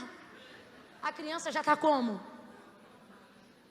Meu irmão, eu já vi mãe, minhas sobrinhas, minhas irmãs darem banho nelas, de lenço umedecido, e vira para um lado igual um bife, vira para o outro, e elas ficam dormindo. Por quê?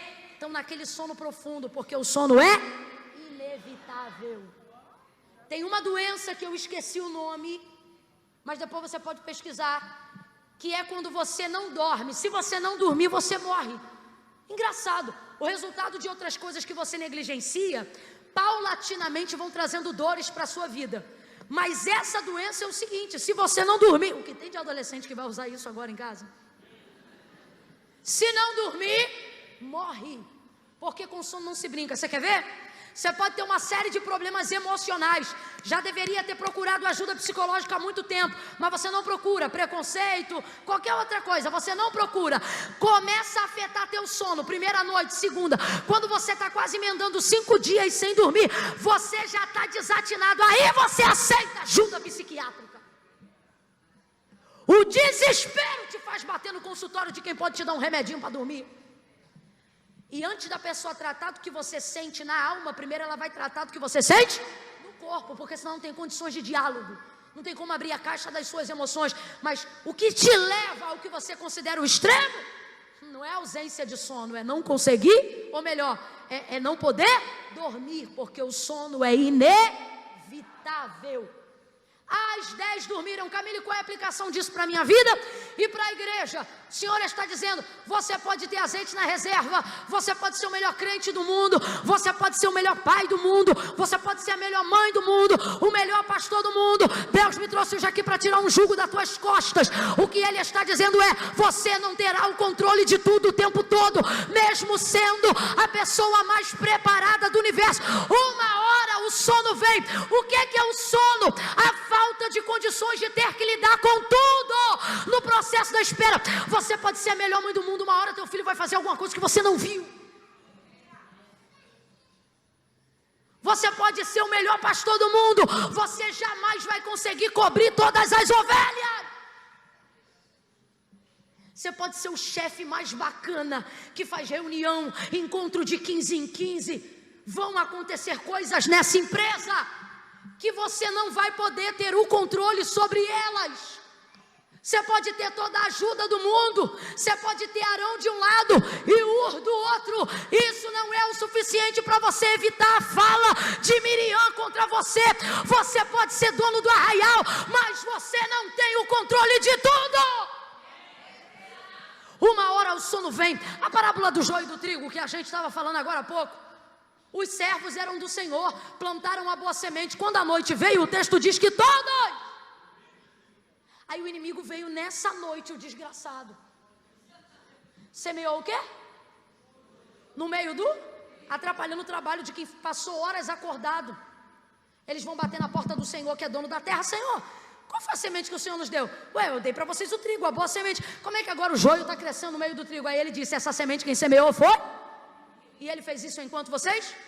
O Senhor da terra briga com eles porque eles dormiram? Briga, gente. Briga não, Senhor, e agora nós vamos lá resolver? Vão não, quem resolve isso aí sou eu. Porque você pode ser o servo da terra, mas a terra tem dono, e o dono sabe que você não tem o controle de tudo. O dono sabe que você não tem o controle de todas as coisas. Pare de se culpar, mãe, pelo desvio de conduta desse filho. Camila, eu criei um menino da igreja e agora ele está afastado. Fica calma. Aquele que ensina o menino no caminho que deve andar, crescendo não se desviará dele. Pode estar afastado, mas a palavra vai entrar e esse menino vai voltar. O que você não pode é se culpar e achar que tudo que acontece de errado, ou na sua casa ou na sua família, por você ser um crente, a culpa é sua. Deus te trouxe aqui para dizer: no meu campo você é servo, o dono da terra sou eu. Eis que não tosquenejará nem dormitará o guarda de Israel. Olha o que o texto diz: o Senhor é quem te... Porque ele sabe que uma hora o sono vem para todos. Uma hora o sono vem para todos. Aí alguém desvia, você fala: eu fui um péssimo pai. Alguém faz uma escolha errada, eu errei com esse menino. Você quer trazer tudo para você e você acha, sabe o quê? Que isso é confissão. Mas e se eu te disser que isso é egocentrismo? Que na verdade você não faz isso por ser humilde em confessar um erro. Você faz isso por ser tão vaidoso, tão vaidosa, que você não admite o erro, visto que você é tão santo, visto que você é tão fiel. Só que o Senhor está dizendo: você pode ter fidelidade, pode ter a gerência do campo, mas quem te guarda sou eu. Sou eu, diz o Senhor. Então, ei, para com essa loucura de achar que tudo que deu errado nesse processo de espera é culpa sua. Quem me conhece sabe. Não é o tipo de palavra que eu trago, não. Normalmente eu procuro trazer às pessoas a consciência da sua responsabilidade, para que, havendo confissão, haja arrependimento, perdão e restauração. Só que Deus trouxe nessa noite gente aqui para dizer: pare de se culpar por aquilo que você não podia controlar. Pare de se culpar por aquilo que você não podia governar. Pare de se culpar por aquilo que você não podia administrar. Olha para dois aí e diga: o sono é para todos. O sono é para todos. Você pode trabalhar 24 horas por dia, todo dia. Não tem como guardar tudo. É por isso que o texto diz que se o Senhor não guardar a casa, em vão vigia a sentinela. Pode ter exército, pode ter segurança, pode bater ponto no trapalho. Assim diz o Senhor: te acalma, porque quem te guarda sou eu, quem te livra sou eu. Sou eu que entro aonde você não entra. Sou eu que faço aquilo que você não pode. E é nisto que tem que estar o seu descanso. Na ideia de que Deus ainda controla o que eu não controlo, vê o que eu não vejo, porque senão, meu irmão, você não vai dormir. E eu já disse aqui: quem não dorme, morre. É o nome da doença, irmão? Muito obrigado. Morre. Não deve ser à toa que chama fatal. Mas cadê o descanso? Vou te dizer agora. Por que não tem descanso? Por que você não admite o erro? Porque você se martiriza pelo filho que está fora da presença de Deus. Porque você está quase se achibatando fisicamente por causa dessa menina que fez uma escolha errada. Por que você anda assim angustiada, deixou de orar? Ei, irmão, por que você não tem mais prazer em trabalhar nessa empresa, visto que não conseguiu sair desse setor por causa de um equívoco e botaram nas tuas costas a conta? Por que isso tem te afligido a alma? Erros até mesmo que você cometeu, não só os outros, porque o sono é para todos. Mas por que você está assim? Vou lhe dizer agora. Porque você não se preparou para o tempo da espera. Uma coisa está ligada à outra. 5 dormiram sem azeite na reserva. As outras estão dormindo em cima de azeite. Você está entendendo? Deus te trouxe aqui para dizer: o problema não é dormir, o problema é não estar na cama de azeite.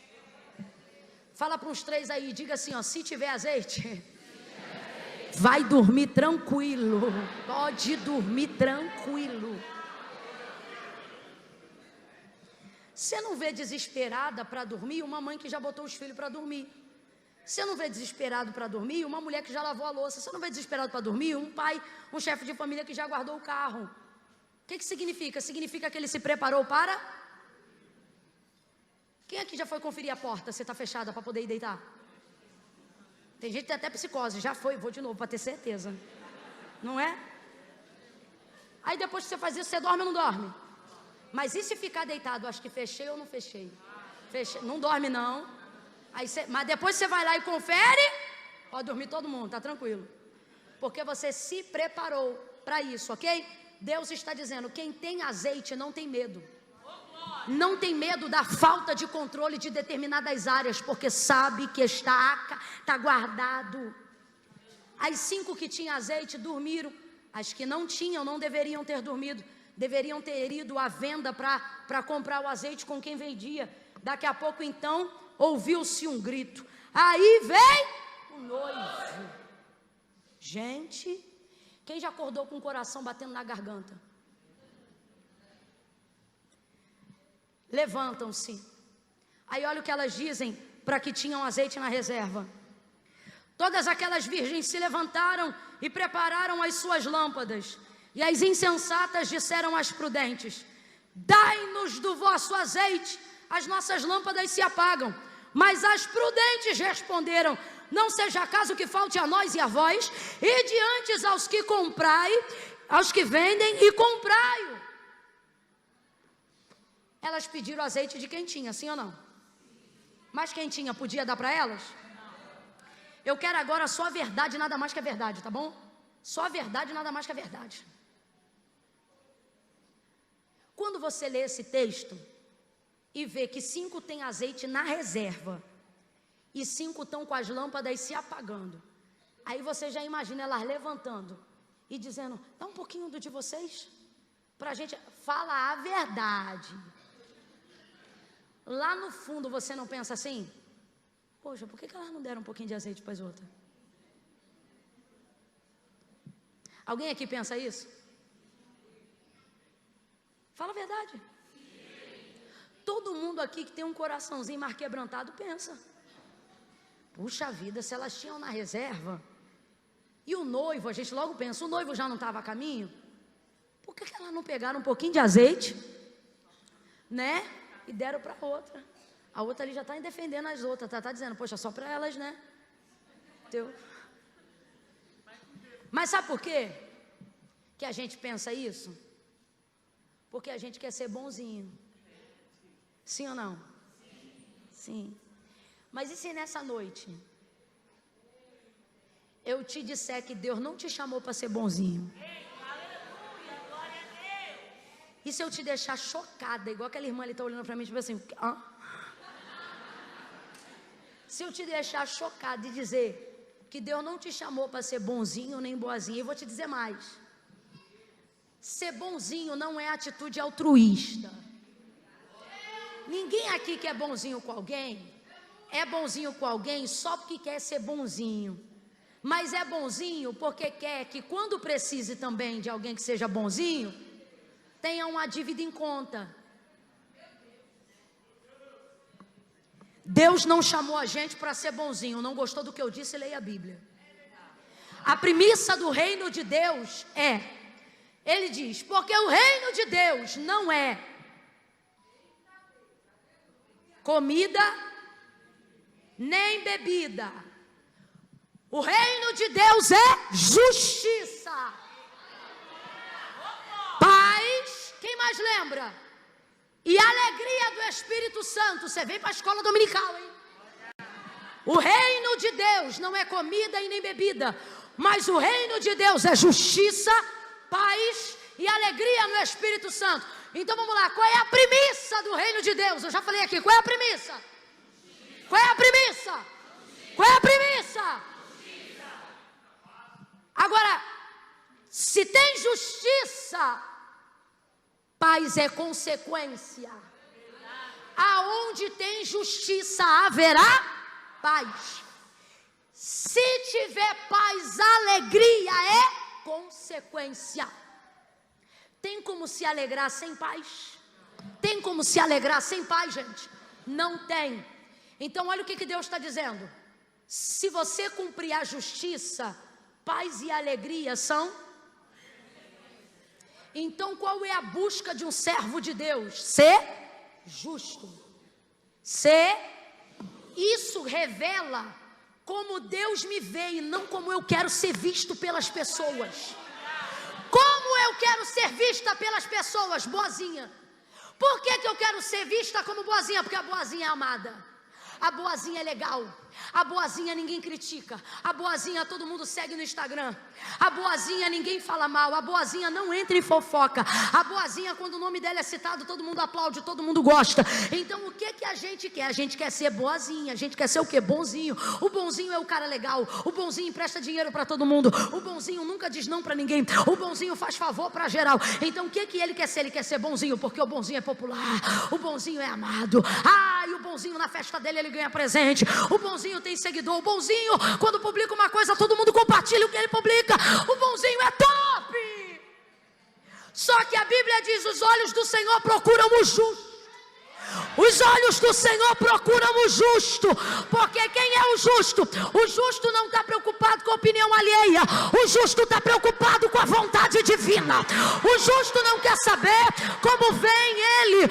O justo quer saber como ele é visto por Deus. Então não é fácil ser justo, porque o justo não consegue ser bonzinho o tempo todo. O justo vê o pecado do amigo e ao invés de fingir que não viu, ele diz: eu vi, se você não contar eu conto. Irmão. Aí o amigo diz o quê? Tu não é meu amigo. Aí nessa hora a gente diz: eu sou, só que eu sou um amigo. Quem não é justo não gosta do justo.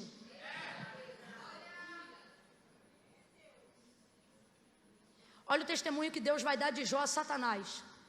Tens tu visto o meu servo Jó? Não há nesta terra um homem bonzinho. Quando Deus dá testemunho de alguém, Ele não quer ver se essa pessoa é boazinha. Tens tu visto o meu servo Jó? Não há nessa terra homem como o meu servo Jó. O que ele está dizendo? Ele não vive para agradar os outros. Ele vive para agradar. E quem agrada a mim, diz o Senhor, não é bonzinho, é justo. Paulo vai escrever a primeira carta aos Coríntios. Ele toma paulada de tudo que é lado. Ele traz fundamento para a igreja, doutrina para a igreja. Ele cuida da igreja. E essa igreja de Corinto não suporta Paulo. A igreja se divide entre os que gostam e os que não gostam. Por quê? Porque eles não acham Paulo bonzinho e porque não consideram ele como apóstolo, por ele não ter visto Jesus Cristo em carne, mas no encontro no resplendor de luz no caminho de Damasco. Todavia foi chamado por Deus. Então ele impõe o apostolado dele porque o seu apostolado é justo. E a igreja de Corinto não concorda, é um quebra-pau toda semana. A carta é sempre lida em público, ao ponto de que quando ele vai escrever a segunda carta à igreja de Corinto, olha como é que ele começa escrevendo a igreja de Corinto. Ele diz assim: e torno-vos a escrever novamente as coisas que vos escrevi outrora. Olha o que ele diz: ainda que vos escrevendo por amor a vós, sei que enquanto escrevo a vós por amor de vós, sou cada vez menos amado de vós. O que ele está dizendo? O que eu faço por vocês, Deus sabe que eu faço por, mas vocês não concordam, porque vocês não gostam do que eu faço, porque ele não faz só o que é bom, ele faz o que é? Ele dá coro doutrinário, ele fala como tem que ficar a igreja. E como o povo não considerava a autoridade apostólica dele o suficiente, o povo se rebelava, trazia divisão na igreja. Uns diziam eu sou de Paulo, outros gritavam eu sou de Apolo. E ele escrevia dizendo que eu plantei, Apolo regou, mas é Deus que dá o crescimento. Vai ouvindo isso aí. Mas o que me chama a atenção é quando ele diz: ainda que vos escrevendo amando, sei que quanto mais eu escrevo, ou seja, quanto mais eu cumpro o meu chamado para vocês ficarem crentes, por causa do que eu escrevo para vocês em amor, quanto mais eu vos escrevo, menos eu sou amado de vocês. Mas diga para mim, ele continuava escrevendo, sim ou não? Sim. Foi ele mesmo que disse. Então o que ele estava dizendo? Eu amo vocês, mesmo que vocês não. Eu vou continuar amando vocês, só que não vou deixar de falar porque eu não fui chamado para ser. Fui chamado para ser. Volta o seu olhar para o texto. Dá um pouco do vosso azeite. Na vontade de ser bonzinho, boazinha, a gente pensa, puxa vida, podia ter dado um pouquinho, né? Só que o Senhor está dizendo, essa, abre aspas, bondade, fecha aspas, não é altruísta. O que vai ensinar para uma pessoa que na última hora não fez nada e vai dar um pouquinho daquilo que não será suficiente para nenhum dos dois? Porque o que as outras apresentam como justificativa não é maldade. É isso que a gente tem que olhar para o texto. Não é não te dou porque não quero, é não te dou porque se eu te der, não tem nem você. Mas isso para o texto a gente não olha. O que a gente olha é, vamos dividir, mesmo que não dê tempo de chegar com a lâmpada acesa lá. E isto é errado, porque quem levou azeite na reserva se preparou para chegar com a lâmpada acesa. E se dividir agora, olha o que o texto diz. O texto diz só aí vem o noivo. O texto diz aí vem o noivo. Faz o quê? Sai ao encontro, ou seja, levanta aí. Então elas ainda têm um caminho a percorrer na chegada do noivo. Elas não estão dormindo diante da porta. Elas têm um caminho a percorrer até o local das bodas. Então ouça isso. Se elas entregam o azeite, fica sem azeite elas e sem azeite as outras. Agora eu te pergunto, isso é justo com quem levou azeite na reserva? Mas Deus está dizendo, é o que você faz toda vez que desobedece a minha palavra para agradar alguém. Quem se arrebenta no final é você. Não quer que fale bem de você? Aí você, ou melhor, não quer que fale mal de você? Aí você finge que está gostando de ouvir falar mal de alguém. Não quer que o próximo a falarem seja você? Aí você empresta os seus ouvidos para ouvir quando alguém está falando. Por quê? Porque você quer ser legal, porque você quer ser bonzinho. Mas Deus me trouxe aqui, está falando comigo e está falando contigo também, dizendo, te chamei para ser justo. Eu te chamei para ser justa. Quantas famílias quebradas, porque você queria dizer sim para todo mundo para ser legal e não tinha tempo para cuidar da tua própria casa. Quantos ministérios falidos, porque por causa de uma oferta você deixou de denunciar o pecado, por causa de um dinheiro deixou de entregar a verdade. E o Senhor está dizendo, como é que você está hoje? Algumas pessoas vivendo em declínio. E por que isso? Porque a opinião pública pesou mais do que a vontade de Deus, porque os aplausos da plateia pesaram mais do que o que Deus queria para a sua vida. E aí eu te pergunto, vale a pena? Não vale, não vale. Sabe por quê? O homem lembra do teu nome na hora que você ajuda, daqui a 7 dias ele não lembra nem mais a cor dos teus olhos. Mas Deus não, ele diz tudo aquilo que o homem semear, isso ele vai colher. Os olhos do Senhor estão sobre a terra, procurando aqueles que têm obras e práticas de justiça. Deus nos trouxe hoje aqui e Ele está dizendo, você não está triste por fazer minha obra, não. Você está triste por não agradar a todos, mas aí não é problema comigo, é problema com eles. Mas o Senhor está dizendo, enquanto você pratica a justiça, eu te respaldo e mantenho tua lâmpada acesa. Enquanto você pratica a justiça, eu te preparo.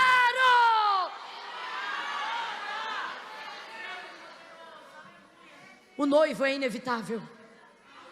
3 coisas no texto são inevitáveis. Vamos embora para a gente terminar junto. 3 coisas no texto são inevitáveis. São elas.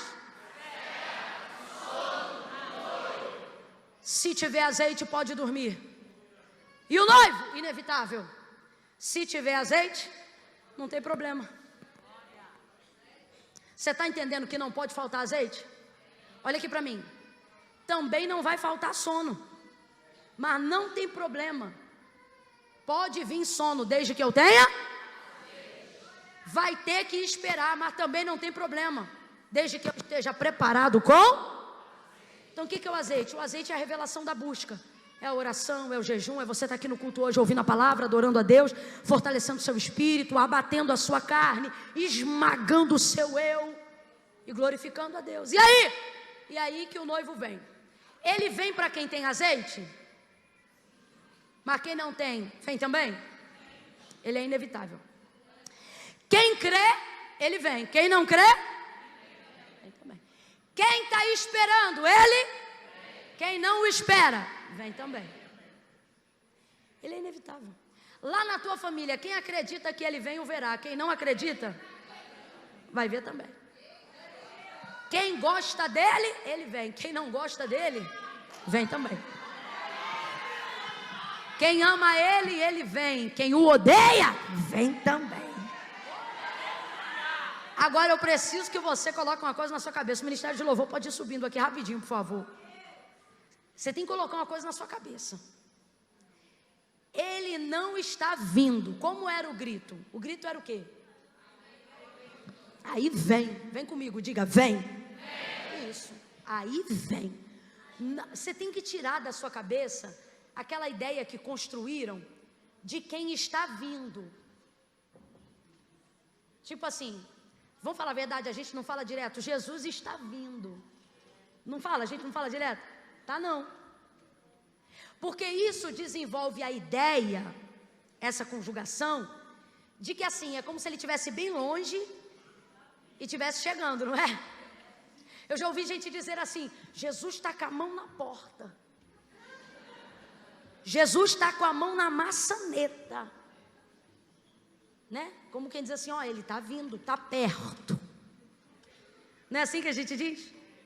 Só que eu tenho que te dizer do jeito que está escrito. E do jeito que está escrito, ele não está vindo. Uma coisa que acontece num abrir e fechar de olhos. Pisca aí, pisca aí. Vai ser mais rápido que isso, sabe por quê? Porque piscada programada não é rápida igual piscada normal. Por exemplo, você já piscou várias vezes nesse culto. Você viu tudo escuro em algum momento? Você deixou de me ver aqui em algum momento? Porque foi tão rápido que nem você viu o que viu.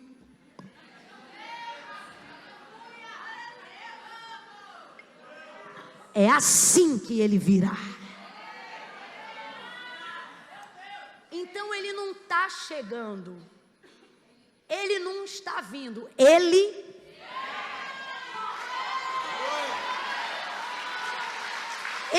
vem. Se essa palma é para ele, você trata de melhorar isso antes que ele venha. Ele vem.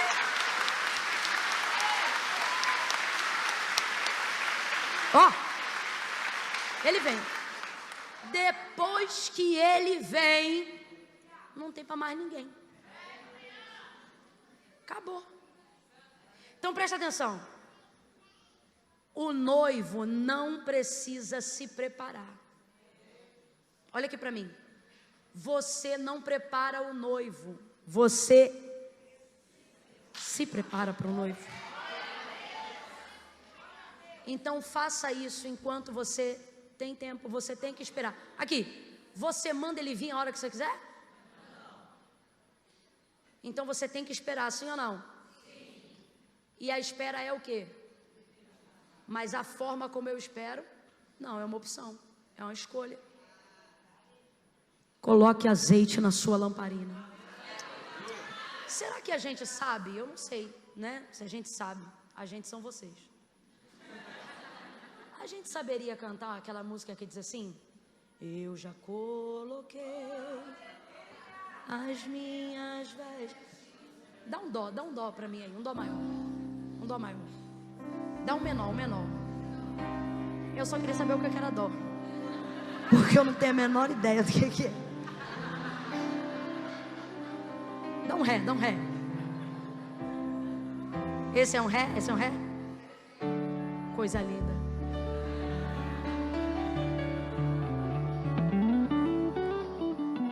Nós vamos adorar o Senhor com essa canção nessa noite. Mas antes disso, eu queria dizer que quem está aqui hoje, daqui a pouco eu já não posso afirmar o que eu vou dizer agora. Mas quem está aqui hoje e está esperando, dá tempo de você se preparar. Se daqui a 1 minuto do que eu falei vai dar, eu não tenho como garantir. Porque o texto não diz que ele está vindo, o texto diz que ele... E a gente não sabe que hora é esse vem, filho. Pode ser que do nada, não sei se é assim, mas pode ser que do nada eu estou aqui terminando de pregar e o microfone cai, o blazer suma, essa saia voa daqui de cima, e a pessoa que você vê dentro dessa roupa, você não vê mais. Porque, meu irmão, pode ser que ele venha aqui para buscar só 2 crentes, um sou eu. Um sou eu, deixa eu ver, o outro tá aí? Que eu vou. Ai, irmão, eu vou. Eu vou. Eu vou e quero ir com a lamparina acesa. Eu não quero sentir medo da vinda do Senhor. Sabe por que você está com medo? Porque você reconhece que está faltando azeite na lamparina. Só que Deus te trouxe aqui nesse culto para dizer: coloque hoje azeite na reserva. Ajeite a coroa noiva de Cristo. Arrume o vestido, porque quem está preparado não tem medo, mas almeja a sua vinda. Maranata, o texto diz: quem poderá dizer: ora vem, Senhor Jesus? Essa pergunta, ela é retórica, porque ela não tem a obrigatoriedade de uma resposta específica. É uma reflexão. Quem aqui hoje se sente com condições de dizer: vem, pode vir? Você está entendendo? É isso que o texto está dizendo. Camila, eu confesso, eu não me sinto com essa coragem. Eu tenho medo. Eu estou com muito medo, Camila. Eu estou vendo essas coisas aí, eu estou com medo. Sabe por que você está com medo?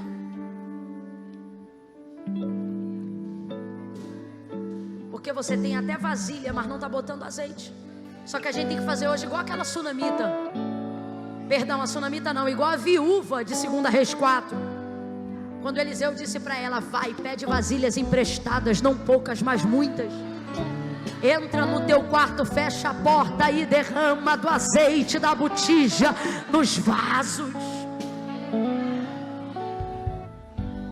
Ela viu a multiplicação. Deus está dizendo: ei, você não precisa de muito não, você só precisa começar a derramar nos outros vasos. Que é isso? Aumente as suas reservas. Ore um pouquinho mais. Olha aqui para mim. O Brasil vai entrar a partir de hoje, meia-noite. Todas as igrejas sérias e comprometidas. Milhares de cristãos já estão fazendo isso desde o dia 1º. Tem gente que está fazendo isso o ano inteiro. Ezenete, Valnice Milhomes.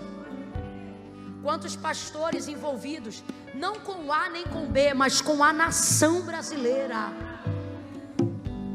Começa hoje, meia-noite, um jejum. De meia-noite a meio-dia. Como que funciona, Camila? A partir de meia-noite você cerra a boca. Não come mais nada. O pessoal sempre pergunta: pode escovar o dente? Escove o dente. O jejum de Jesus é limpo. Jesus ensinou a fazer jejum limpo. Ele dizia assim para os seus discípulos: eu não quero vocês na praça com cara de cansado, cabelo desgrenhado, para todo mundo ver que vocês estão se vocês abstiveram. Não. Ele diz: quando vocês forem jejuar, passa mirra, passa perfume, penteia o cabelo, ajeita a barba. E eu estou dizendo para os nossos dias: escova o dente. Não fica com cara de abatido não. Aí que eu estou fazendo jejum. Não, meu Deus, não deixa ninguém nem perceber. Mas como é que funciona? Meia-noite, nada de comida, nem alimento sólido, nem líquido. No meu caso, eu não posso me abster do líquido por causa da ministração, então eu bebo água. Por causa de uma condição física de quem está pregando direto e tal. Tem momentos da minha vida que eu faço sem nada, mas em outros eu tenho que ter prudência. Ok? Mas é no máximo, mais nada. O jejum mesmo, ele é a abstenção de tudo. Ah, Camila, eu não posso ficar sem um cafezinho. Você não entendeu o que é jejum, não. Não é que você falou aí da água e eu tenho uma dor de cabeça. É a abstenção de tudo. De meia-noite a meio-dia. Meio-dia, aonde você estiver, dobra o seu joelho, apresente um clamor a Deus pela nação. Senhor, levanta teu nome. Fala para Ele a verdade. Diga: Deus, manifeste justiça. Levanta o que é justo. Glorifica o teu nome. Não quer clamar por A, B ou C? Não clame, mas clame pela nação a qual você é cidadão. Clame por ela. Daqui até o dia 30. Imagina a igreja inteira de jejum. Isso aqui eu não estou impondo nem obrigando não. Eu estou trazendo um exemplo de quem está botando azeite na reserva. Agora presta atenção. Queremos vitória para aquilo que acreditamos, ok? Mas acontecendo o que queremos ou não, quem vai estar mais preparado? Vindo o sono para todos, de um jeito ou de outro, quem vai estar preparado? Quem tinha azeite na? Então, pelo amor de Deus, faça alguma coisa. Faça um propósito, faça um voto. Se enrola na bandeira do Brasil. Faz alguma coisa. Se prepare. Se prepare. Aconteça o que acontecer. Agora se prepare sobretudo para a vinda do Senhor. Você quer que o Senhor te encontre como? Deitado em azeite? Você quer ouvir o despertamento, pronto para ir às bodas? Ou descalço, relaxado, desgrenhado? Entende? Buscai enquanto é tempo, invocai enquanto se pode. Olha para quem está do teu lado e diga: o noivo vem. Fica de pé do teu lugar aí, em nome de Jesus. Se estiver em nosso meio aqui nessa noite, alguém que se afastou dos caminhos do Senhor, vocês estão me ouvindo bem? Estão me ouvindo bem? Se estiver aqui nessa noite em nosso meio alguém que se afastou dos caminhos do Senhor, Camila, esse sono aí, que você falou que veio para todo mundo, veio para mim. Perdi o controle. Eu confesso. Dormi com um problema. Qual? Dormi sem azeite na reserva. Só que não fiquei tanto sem, a ponto de não restar uma lamparina acesa aqui na minha vida nessa noite. Sabe o que eu vejo? Eu vejo que o seu temor ainda está aceso. Sabe o que eu vejo? Eu vejo que o arrependimento ainda é uma verdade acesa dentro de você. O que você precisa é de azeite para continuar essa jornada que está só começando. Olha aqui para mim. O que faz o louco ser diferente do prudente é o descaso, é não se preparar para a espera. Quem lembra do que eu preguei aqui? Então você não é louco só porque se afastou, mas será louco se afastado não se preparar para aquilo que você sabe que tem que fazer. E o que é que eu tenho que fazer, Camila? Voltar para a casa do Senhor, colocar azeite nas suas vasilhas, firmar seus pés sobre a rocha. Então preste atenção, ninguém vai pegar pelo seu braço, nem te tirar do lugar, e nem eu vou botar um microfone na tua boca e te obrigar a dizer nada, viu? Fique tranquilo. Mas eu vou contar de 1 a 3. Quando eu disser 3, nós vamos cantar esse hino com pressão. O que é pressão, Camila? Nós vamos cantar como se fosse a última noite da nossa vida. Queira Deus que não seja, a não ser que Ele venha arrebatar a igreja. Na hora que a gente for dizer tem fogo, a gente não vai dizer assim de maneira suave, não. A gente vai, pressão, tem fogo, entendeu? Eu quero pressão.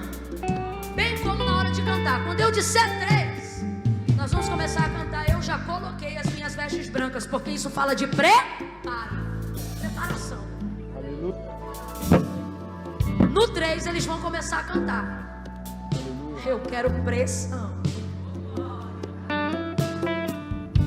Se você está aqui e se afastou dos caminhos do Senhor e precisa voltar hoje, você vai sair do teu lugar e vai vir para o altar de Deus. Camila, quando eu chegar aí eu faço o quê? Nada. Porque eu vou entender a sua caminhada até aqui como a sua confissão pública de fé. Então, logo, se você já pertence a uma igreja, você não vem aqui na frente que eu não estou te chamando. Ai não, Camila, eu queria ir para receber uma oração. Você vai orar onde você está. Porque eu não estou chamando para receber oração. Eu estou chamando para quem quer reconciliar, quem reconhece que está afastado. Deixa eu falar um negócio aqui. Tem gente que está aqui que nunca se afastou completamente de Deus, mas se afastou da igreja. Aí Deus me trouxe aqui nessa noite para dizer assim: hoje a decisão que você precisa tomar é voltar para a igreja. Eu não posso mentir, irmãos. Deus está falando comigo. Tem gente aqui que nunca se afastou completamente de Deus, mas se afastou do que Deus instituiu como norma para a glória de seu nome. E você diz assim: eu amo Deus, mas odeio a igreja. Deus está dizendo: há uma incoerência na sua fala. Se você ama a mim, você ama o meu corpo representado aqui na terra. E o corpo de Cristo representado aqui na terra é a igreja do Senhor. Ah não, mas tem muita gente falha. Vai ver o que você odeia, não é a igreja. Vai ver o que você odeia, é o reflexo que você vê quando está nela, que é de você mesmo, das suas falhas, dos seus erros. E eu não sei para quem, mas tem alguém aqui que o Senhor está dizendo: para mim ele não volta hoje não, porque ele sempre foi meu, mas para minha igreja ele tem que voltar hoje. Você vai vir no altar fazendo uma reconciliação com o Senhor e com a igreja do Senhor. Não, Camila, meu caso já é outro. Eu estou afastado mesmo, eu estou afastada mesmo. Eu dormi profundamente. Mas hoje o Senhor está me despertando a consciência de que eu tenho que voltar ao lugar da sua vontade. Então não me importa como você está. Ele não disse se arruma e vem, ele disse vem como você está. Se você estiver na galeria, você vai descer. Se você estiver aqui, você vai pegar um desses corredores e vai parar aqui no altar, tá bom? E nós vamos orar por você aqui agora. Eu conto 1. A igreja levanta a mão e começa a interceder agora. Comece a orar. Senhor, se tem alguém em nosso meio afastado que precisa de força, de coragem, Espírito Santo, ajuda essa pessoa a se preparar. Traga ela para a vontade do teu querer. Em nome de Jesus, comece a orar. Eu conto 2. Camila, é comigo que Deus está falando. Deus me trouxe aqui nessa noite para eu fazer minha aliança com Ele. Eu preciso reconhecer que Ele é o meu Senhor. Eu preciso reconhecer. Camila, eu não posso ficar aqui no meu lugar, não? Pode não. Jesus. Sabe por que você não pode? Porque foi o próprio Jesus que disse assim: aquele que me confessar diante dos homens, eu também o confessarei diante do meu Pai que está no céu. Confesse Jesus como teu Senhor hoje. 2h45, Camila, sou eu. É você? 3, tira teu pé do chão e vem. Descruze os braços, descruze os braços. Estenda as mãos para essas pessoas. Abençoe essas pessoas. Pai, em nome de Jesus, nós oramos agora por cada uma delas, cada um deles. Como igreja do Senhor aqui na terra, nós te pedimos, recebe-os em tua presença. Recebe-os em tua presença. Eu quero continuar orando, eu quero terminar de orar. Mas se tem alguém ainda aí no lugar que diz assim: está faltando eu ali na frente. Se você está no seu lugar e quando eu comecei a orar, o seu coração, meu Deus, seu coração disse assim: meu lugar é ali na frente. Só que já está acabando, eu não vou não. Aí Deus está me mandando parar aqui a oração para dizer que se você está aí no seu lugar e pensou assim: eu precisava estar ali na frente, Deus está dizendo: está acabando, mas não acabou. Enquanto tem tempo, prepara. Isso. Venha, venha, venha, venha. Use o tempo ao seu favor. Use o tempo ao seu favor. Deus está dizendo para alguém aqui: ainda há tempo, ainda há tempo. Use o tempo ao seu favor. Se você está aqui, isso, venha, venha. Isso. Oh, glória! Podemos orar? Podemos orar ou tem mais alguém? Tem mais alguém dizendo: Camila, peraí, dá tempo, dá tempo. Vem, vem, vem, vem, vem. Baixa a mão não, irmão. Enquanto você está de mão estendida, Deus está destravando tanta coisa. As mãos de um crente erguida têm mais poder do que você imagina. Isso. Agora sim, podemos orar? Podemos orar? Pergunta assim para quem está do seu lado: agora pode? Porque se ele estiver do teu lado e estiver com cara de ainda falta eu, fala para ele: vambora lá que eu vou contigo, eu vou contigo. Não pode faltar ninguém. Falta alguém? Se...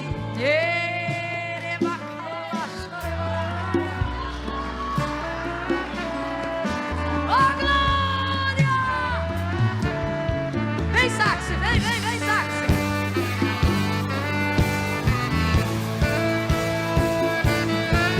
Ainda dá tempo. Isso, vem. Oh, vem.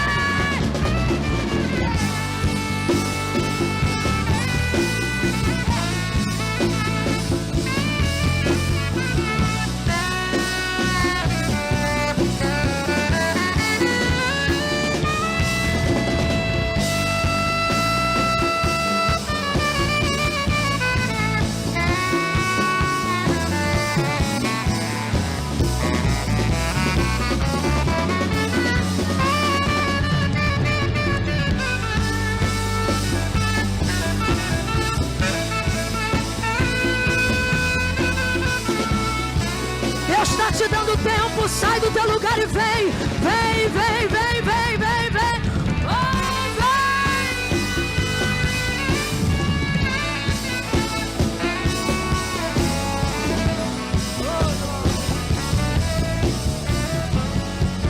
Estenda as mãos.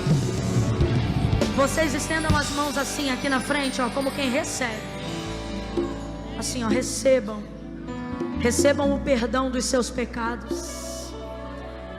Recebam o sangue de Jesus na vida de vocês. Portanto, agora eu ministro sobre cada um de vocês que está aqui na frente. Portanto, agora nenhuma condenação há para aqueles que estão em Cristo Jesus. Ei! Não importa o quanto a sua culpa ou o sentimento do erro por algo que você tenha feito tente te martirizar, assim diz o Senhor: se eu te justifico, ninguém te condena. Se eu te perdoo, ninguém te acusa. Comece a dizer para Ele, você que está aqui na frente, diga para Jesus agora, feche os seus olhos e diga para Ele, Senhor, me aceita porque eu te recebo. Eu estou aqui na tua presença, me recebe também, me recebe. Eu tinha saudade da tua presença, firma meus pés sobre a rocha. Não me deixa mais ficar afastado da tua igreja. Deus, hoje eu renovo a minha aliança contigo, hoje eu me reconcilio. E para você que nunca antes tinha vindo no altar e hoje toma a sua decisão de confessar Jesus como Senhor, eu também oro por você com a igreja agora. Igreja, comece a abençoar essas pessoas, comece a dizer que nenhuma condenação há, comece a dizer que a partir de hoje o Senhor está mudando a história e o curso das suas vidas. Comece a declarar agora palavras de libertação. Não vale encantamento mais sobre vocês, não vale mais maldição sobre vocês, não vale mais palavra ao contrária sobre vocês. Todo espírito de depressão, de tristeza, toda acusação, todo sentimento de queda, toda frieza, toda mornidão, nós repreendemos agora para longe de ti, que saia da tua vida, que saia da tua casa, que saia dos teus negócios, que saia da tua mente e do teu coração. E que todo lugar agora que está sendo esvaziado pelo poder da libertação que Jesus está trazendo para a tua vida agora, seja cheio da presença do Espírito Santo de Deus, cheia de avivamento, de cura, de renovo, de perdão, cheio de amor, cheio de graça, cheio de misericórdia. Senhor, em nome de Jesus, nós oramos agora por essas vidas que estão rendidas no teu altar. Recebe elas na tua presença. Glorifica o teu nome na vida delas. Escreve o nome delas no livro da vida. Nós ministramos sobre elas alegria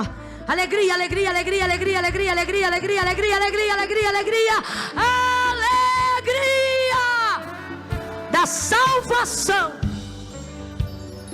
Como igreja nós te glorificamos nessa noite. Perdão, Senhor, é que a igreja não ouviu. Como igreja nós te glorificamos nessa noite, porque salvação e glória chegaram a estas casas. Em nome de Jesus, ligamos na terra e te pedimos, liga no céu. Quem concorda, em nome de Jesus, diga amém. Dá um abraço nelas aqui na frente, dá um abraço. Abrace a pessoa aí do teu lado, abrace ela. Abrace ela, abrace ela, abrace. Cadê os obreiros para abraçar? pessoas. Abrace alguém aí em nome de Jesus. Eu profetizo vida sobre tua vida, bênção no teu ministério, milagre sobre você. Eu profetizo